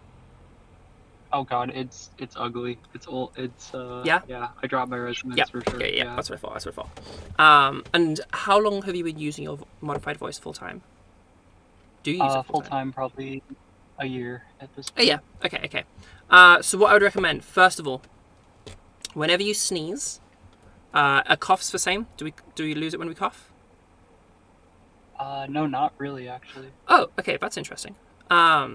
If you were to stub your toe and you exclaim "ow," does it drop doing the ow? Yes. Yes. It's any of these like reaction things where like the sound happens before the brain happens. Yeah. Any of these reflex things. That's what's throwing you off. What I want you to start doing is whenever you sneeze, whenever you step on a Lego and go "ow," whenever you are out of breath, whenever you have one of these drops, I want you to try to redo the thing you were doing, or like do a impression of it with the modifications. Okay, so pretend to do a sneeze with a modification. It doesn't have to be a good sneeze. We're not actually training your sneezes. It's more like we are trying to build a connection between sneezing and your modified voice, an association. Okay, so like you do a sneeze, it was a mess. Okay, achoo! Literally like that. It not a good sneeze. Nobody can just sneeze on command, but you can just go achoo, and it's more about building the mental connection than it is actually executing the thing. How much do you feel like your voice is just there automatically versus you doing it on purpose? I have to work for it for sure. Less now than before, but I've gone a lot outside my comfort zone, especially at work. Yeah. With my friends, I'm in a higher resonance, but I think it's comfort level. Right. Okay. Yeah. Yeah. But So I still would get misgendered on the phone. So, yeah. Okay. Would you say? Okay. So I would say, first of all, as you start using your voice just uniformly in all these places, and you're always doing the same thing, over time, this just becomes your voice, and all these sneezes and all these being out of breaths and all these situations will fix themselves. That said, you have been doing full time for a year, so there could be an extra block there. Basically, the way all this kind of works is, or the issue that you're having is a biology issue of how brains work. Unfortunately, or fortunately, I guess, we don't use hard drives, we use brains. And brains are really efficient and kind of cheat sometimes. So what happens is your brain, it has this concept of your modified voice. And then right now, you'll have the association of, okay, I go and I grab that when I'm using my voice. Okay? And that's like, think of it as like two concepts there. So we have a voice concept, and we have a going to grab it concept. Okay? Did you find back when you very first went like full time with it, that it was like suddenly you couldn't use your voice anymore, and then that kind of just went away and it was back to normal again? You could use it. Like your modified voice. It's more subtle than that.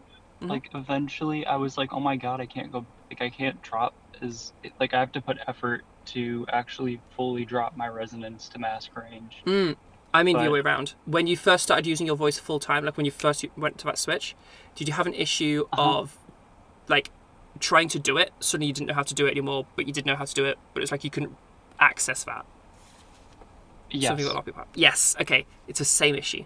So your brain at the time back then, your brain had like practicing, maybe the places you often practice it at. If you're often in front of the computer when you do it, then the computer, and then the voice, and all of these things were clumped together in one like branch of connections. And so when you went to go to that branch, your brain was like, okay, well, I'm not practicing right now. I'm in the wild. My computer's not in front of me. I'm not where I normally practice. And so like we're trying to find voice, but all those connections aren't there. And that's what happened there. And over time, your brain figured out those connections and redid it. Same issue here. Now the connections are intending to speak and say words, intending to retrieve the voice and the voice itself on this branch.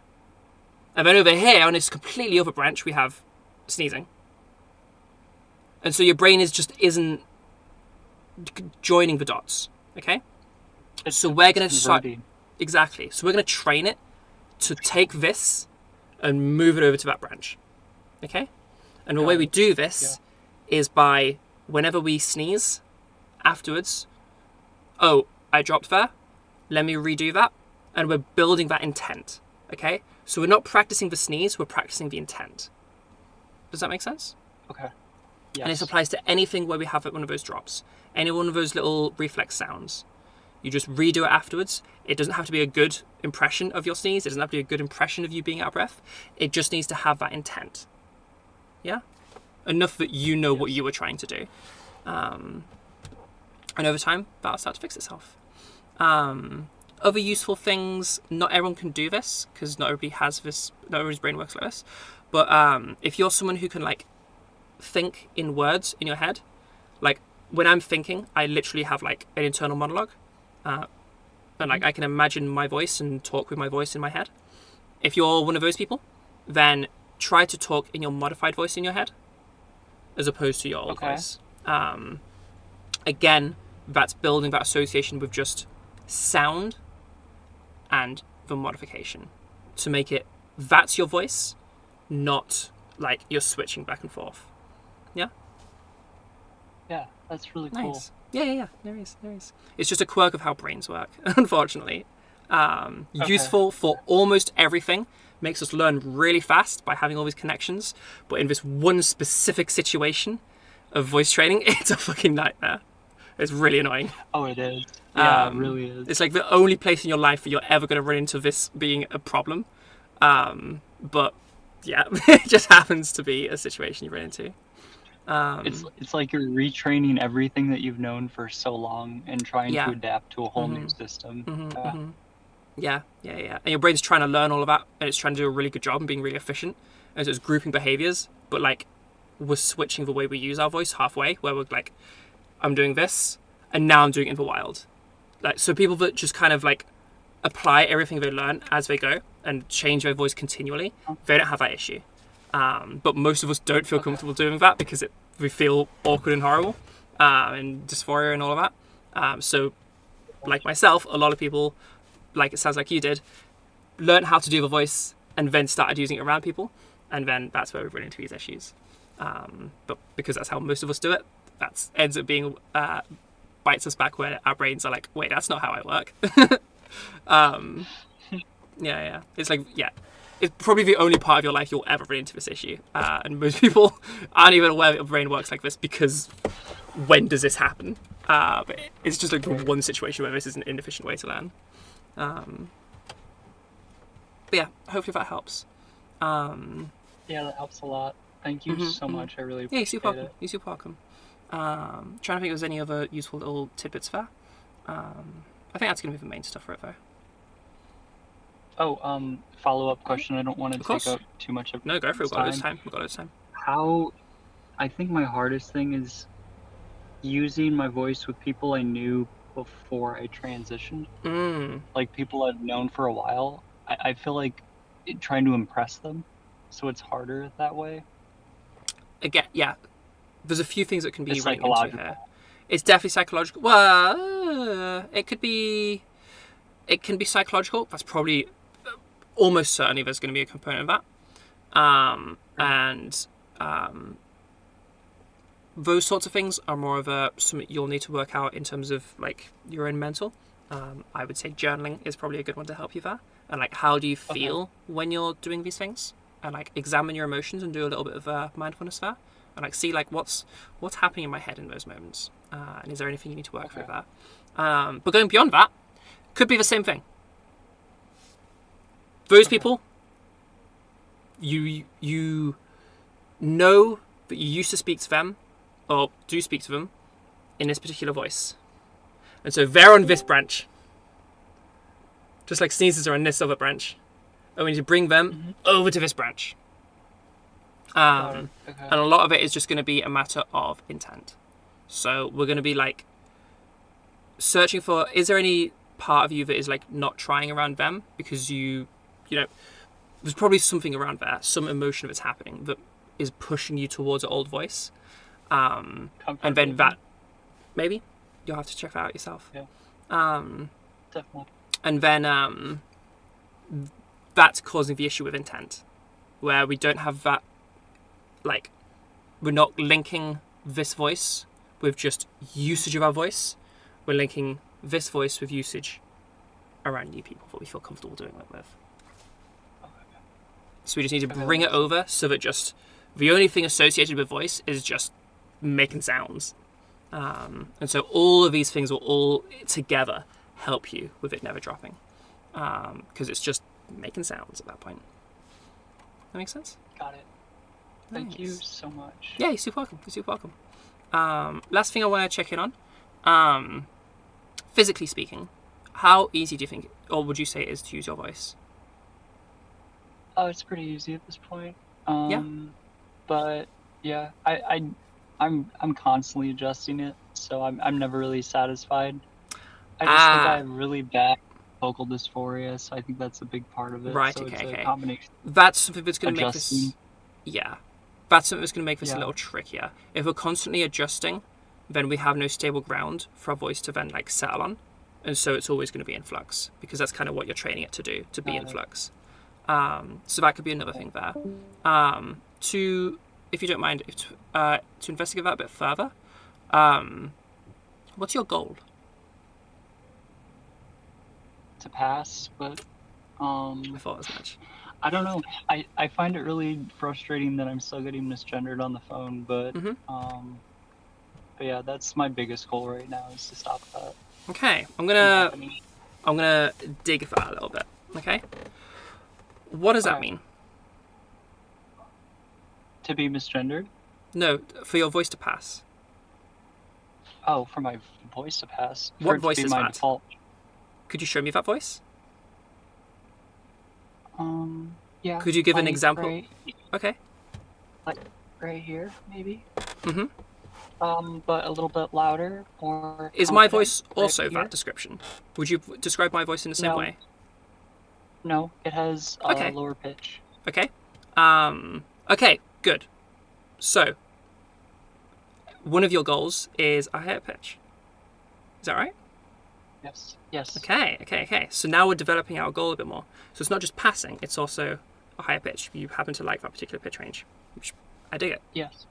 Nice. Okay. So there's something where I'm kind of leading you there is let's flesh out that goal a little bit. Is it just a passing voice? Or is there a particular voice you have in mind that's like, I want this voice? Because like, how many women's voices are there out there? You know? And they're all a bit different from one another. So like, a passing voice, that's not a voice. That's like 4 billion voices, you know? True. So one thing that is, and I hear this really commonly with people who describe a voice like this, where they're constantly making adjustments and voice dysphoria is like really fucking with them, is if we have a goal of passing, there is no the passing voice. There's not like a canon femme voice. There's like a whole bunch of them. And so because you don't have like specificity, you can kind of end up on this infinite treadmill where you're constantly changing things forever because there's no end goal. So you can go forever if there's no end goal because like femme voice, passing voice isn't a voice. It's a category of voices. Right. So I really strongly urge you to like really flesh out like what voice do I want? if you can do that to the extent where you can play that voice in your head at the very least, then you have something to compare against. And then it's like, okay, when something changes, oh, there goes the phone again. I guess that's just not going to work right now. I think it's just overheating. Yeah, when something is slipping, not only will you be able to say like, that something's slipping, you'll be able to really specify like, this thing is happening, and I can compare the voice I'm doing right now to a voice that's in my head, and you'll have like a very specific comparison, which means you can then make that adjustment and just switch it back again. Got it. And as you do that over time, again, you're rebranding your voice as a new voice. Yeah. Okay. Yeah, that makes sense. Nice. So yeah, build that specificity. That way you don't have to be in flux all the time, because you won't need to be. There's only one voice you're going for. Okay. Nice. And then it'll lock into place Exactly. after repetition.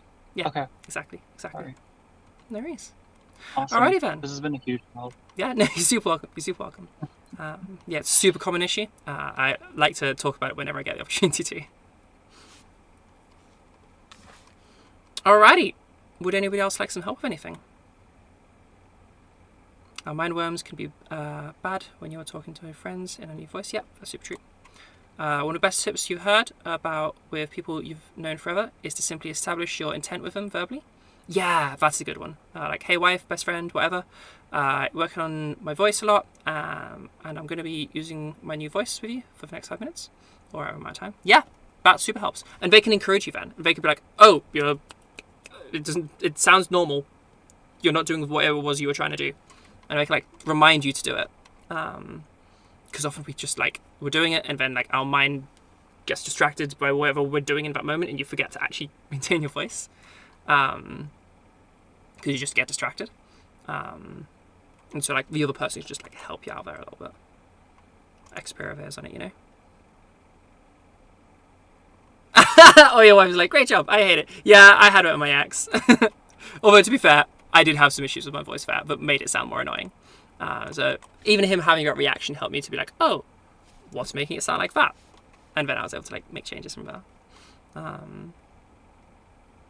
Can't speak, but you want to try it next time? Yeah, okay, no problem. When is the next session? So if you go over to the events section in server, right at the top, you'll be able to see the workshop event, and it shows you when all of them are. So the next one is August the 26th. Assuming nothing comes up and I need to move it. But at least of right now, it's August 26th. If you click on, there should be a follow button, then that'll notify you when it happens. Like when I click start event, it'll shoot you a notification. No worries. Would anyone else like some help?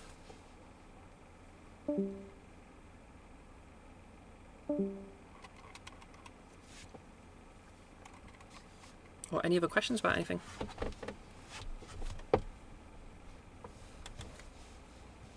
I have a question. Yeah, how can I help you? Awesome. So my question is just kind of like about like practice time. I don't know. I think like one of the hardest things for me is just like the finding the time, and then in addition is like one of the things I've heard is like, you know, you shouldn't really like try to set aside a specific time, because like if you're thinking about, oh, I gotta practice today like all day at work or whatever, and then you get home and you're just like exhausted and you're like, ugh, now I have to voice practice. Like you're just gonna kind of like develop a negative, you know, feedback loop there. Yeah.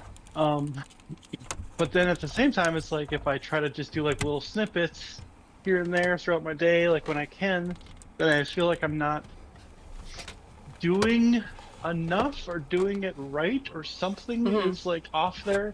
But for me, it's like a really difficult balance between like feeling like I'm practicing and making that practice effective. Yeah. And I don't know if there's a concrete question here, but that's just like what I've Yeah. So, okay, what I'd recommend is it's not just it's little and often. Okay, so where you're feeling like you're not getting enough out of it, make sure it's often. Like, how many times a day would you say you practice? I don't know, maybe like 5-ish. Okay, that's pretty good. That's pretty darn good. That's a lot of practice. But that's Okay, like well, maybe like 20, 30 seconds, a minute, 2 minutes, like that kind of That's like okay. short amount of time. yeah, Yeah. that's solid. That's great. That's totally fine. Yeah, I guess what is it you feel like you're lacking there? I don't know. I think I know what it is, and it's just like overcoming it. But it's just like I need to like actually like listen back. Like I do a lot of practice, just like trying to make the sounds sound good to me, but then I'm not actually recording it. And Okay, that listening is a back. big one. So Yeah, I don't yeah. know. So yeah, remember, Yeah. it's not just a matter of like repeating the things. It's more a matter of like actively repeating the things. I.e., Training, like, we're going listening, through your and we're ear and all that reviewing. So what? Okay, here's a process I want you to do. Mhm. You're about to do a little practice. So you get your phone out, you hit record. Okay, you do your drill to set your voice up, and then you continue that, keep that going as you talk for a little bit. Okay, just Yeah. ramble about whatever. Okay, and then as you're talking and as you're doing the drill, I want you really paying attention and listening to what's happening and reviewing and assessing your voice as you're doing it in real time. Okay? Then afterwards, turn off recording and listen back to it and check, did you miss anything in your assessment? Okay? Because as you're going, what I want you to do is like, you do your drill, you're going through, you're watching for if anything is off, and if it's off, I want you to fix it in the moment. Okay? So if your voice starts to lose the modification you were working on in that moment, say you were doing a weight and your voice gets lighter, it gets heavier, then redo the drill, okay? And bring yourself back to where you want it to be. If you find that you're going breathy where you didn't mean to get breathy, okay, pause where you are, practice breathiness for a second, get it to turn off, back to what you were saying, okay? And whatever it is, we notice the issue, we do whatever it is we're going to do to fix it, and then we continue what we were saying, okay? So we can get into the habit of keeping the voice there, all right? And training our ears to notice these things. And then you listen back to recording to check, did your ears miss anything? Because, when we're still learning, we miss some things sometimes. But that's just building that ear training. And that whole process is a little bit like making recordings and like having to listen back and then having to be like, oh, I missed that and I didn't fix it in a moment, and oh, I have to redo this drill because I dropped something. It's lots of little inconveniences, and that's on purpose because your brain hates that. So if you make your sort of like punishment for getting it wrong just an inconvenience, you will very quickly learn to not do that. That's kind of why you have that like, we don't just copy out of a textbook if we're trying to learn and revise. We put the textbook away, start copying out, and we're done. We check back over. Oh, I missed a bit. Okay, fuck, I'm gonna have to redo it now. It's very inconvenient and annoying, and your brain really responds quickly to that. It's like, fuck, okay, I will cement this in. And that's the idea of it, and that's why we have that little and often approach. That makes a lot of sense, actually. Thank you. Yeah, super welcome. So yeah, drill as you're doing it, paying attention to exactly what's happening. Like, you're not just going through the motions, you're actually paying attention to it and analyzing it as you go. Continue it as you start talking. Again, analyzing as you go, not just going through the motions, and then checking your answers by listening back to the recording to see if, like, as you're going through, did I miss one of those? Like, was my analysis correct? Yeah. Any little fan blowing on my phone? Yeah, I do. I need AC in here is what I need. And I will get that eventually, but there's a lot of things I need to get this operational. Fab. Yeah, it's just my backup webcam.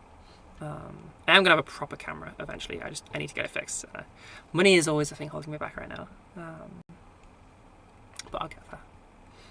Any other questions? Or anyone else want some help? Anything?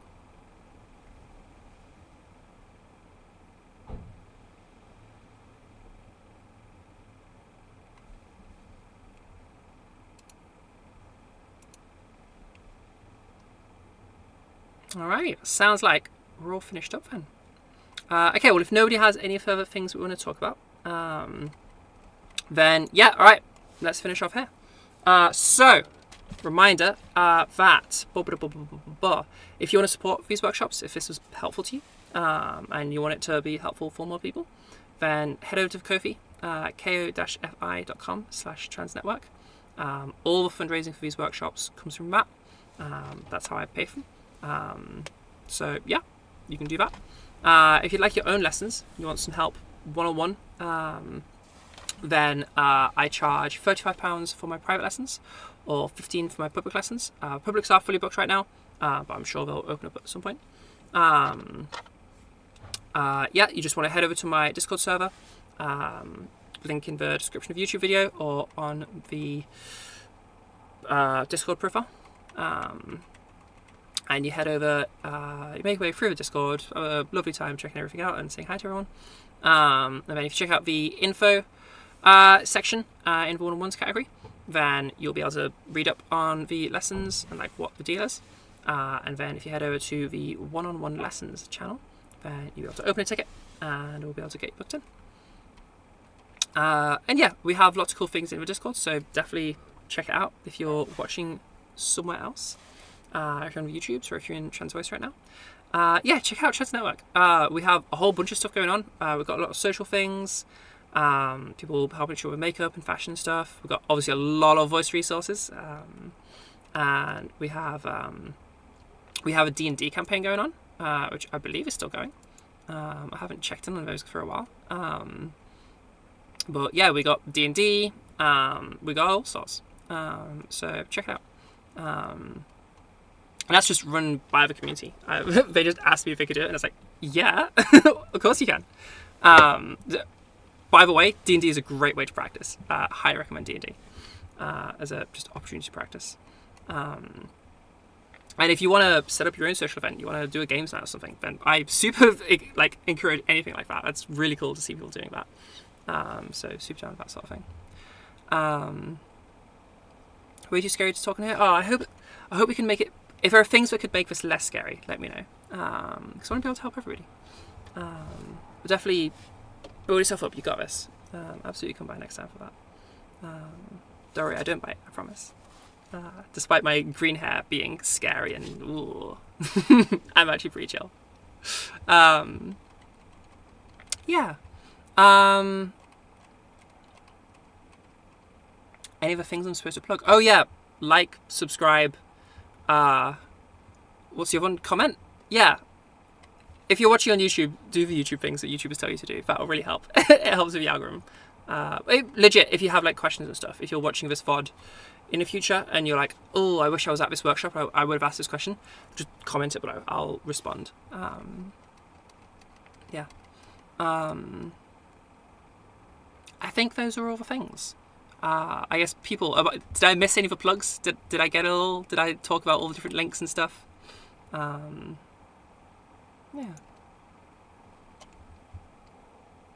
And thank you all for being here. It always sucks doing a workshop and then it happens to be a day when everyone's busy. So thank you all for being here.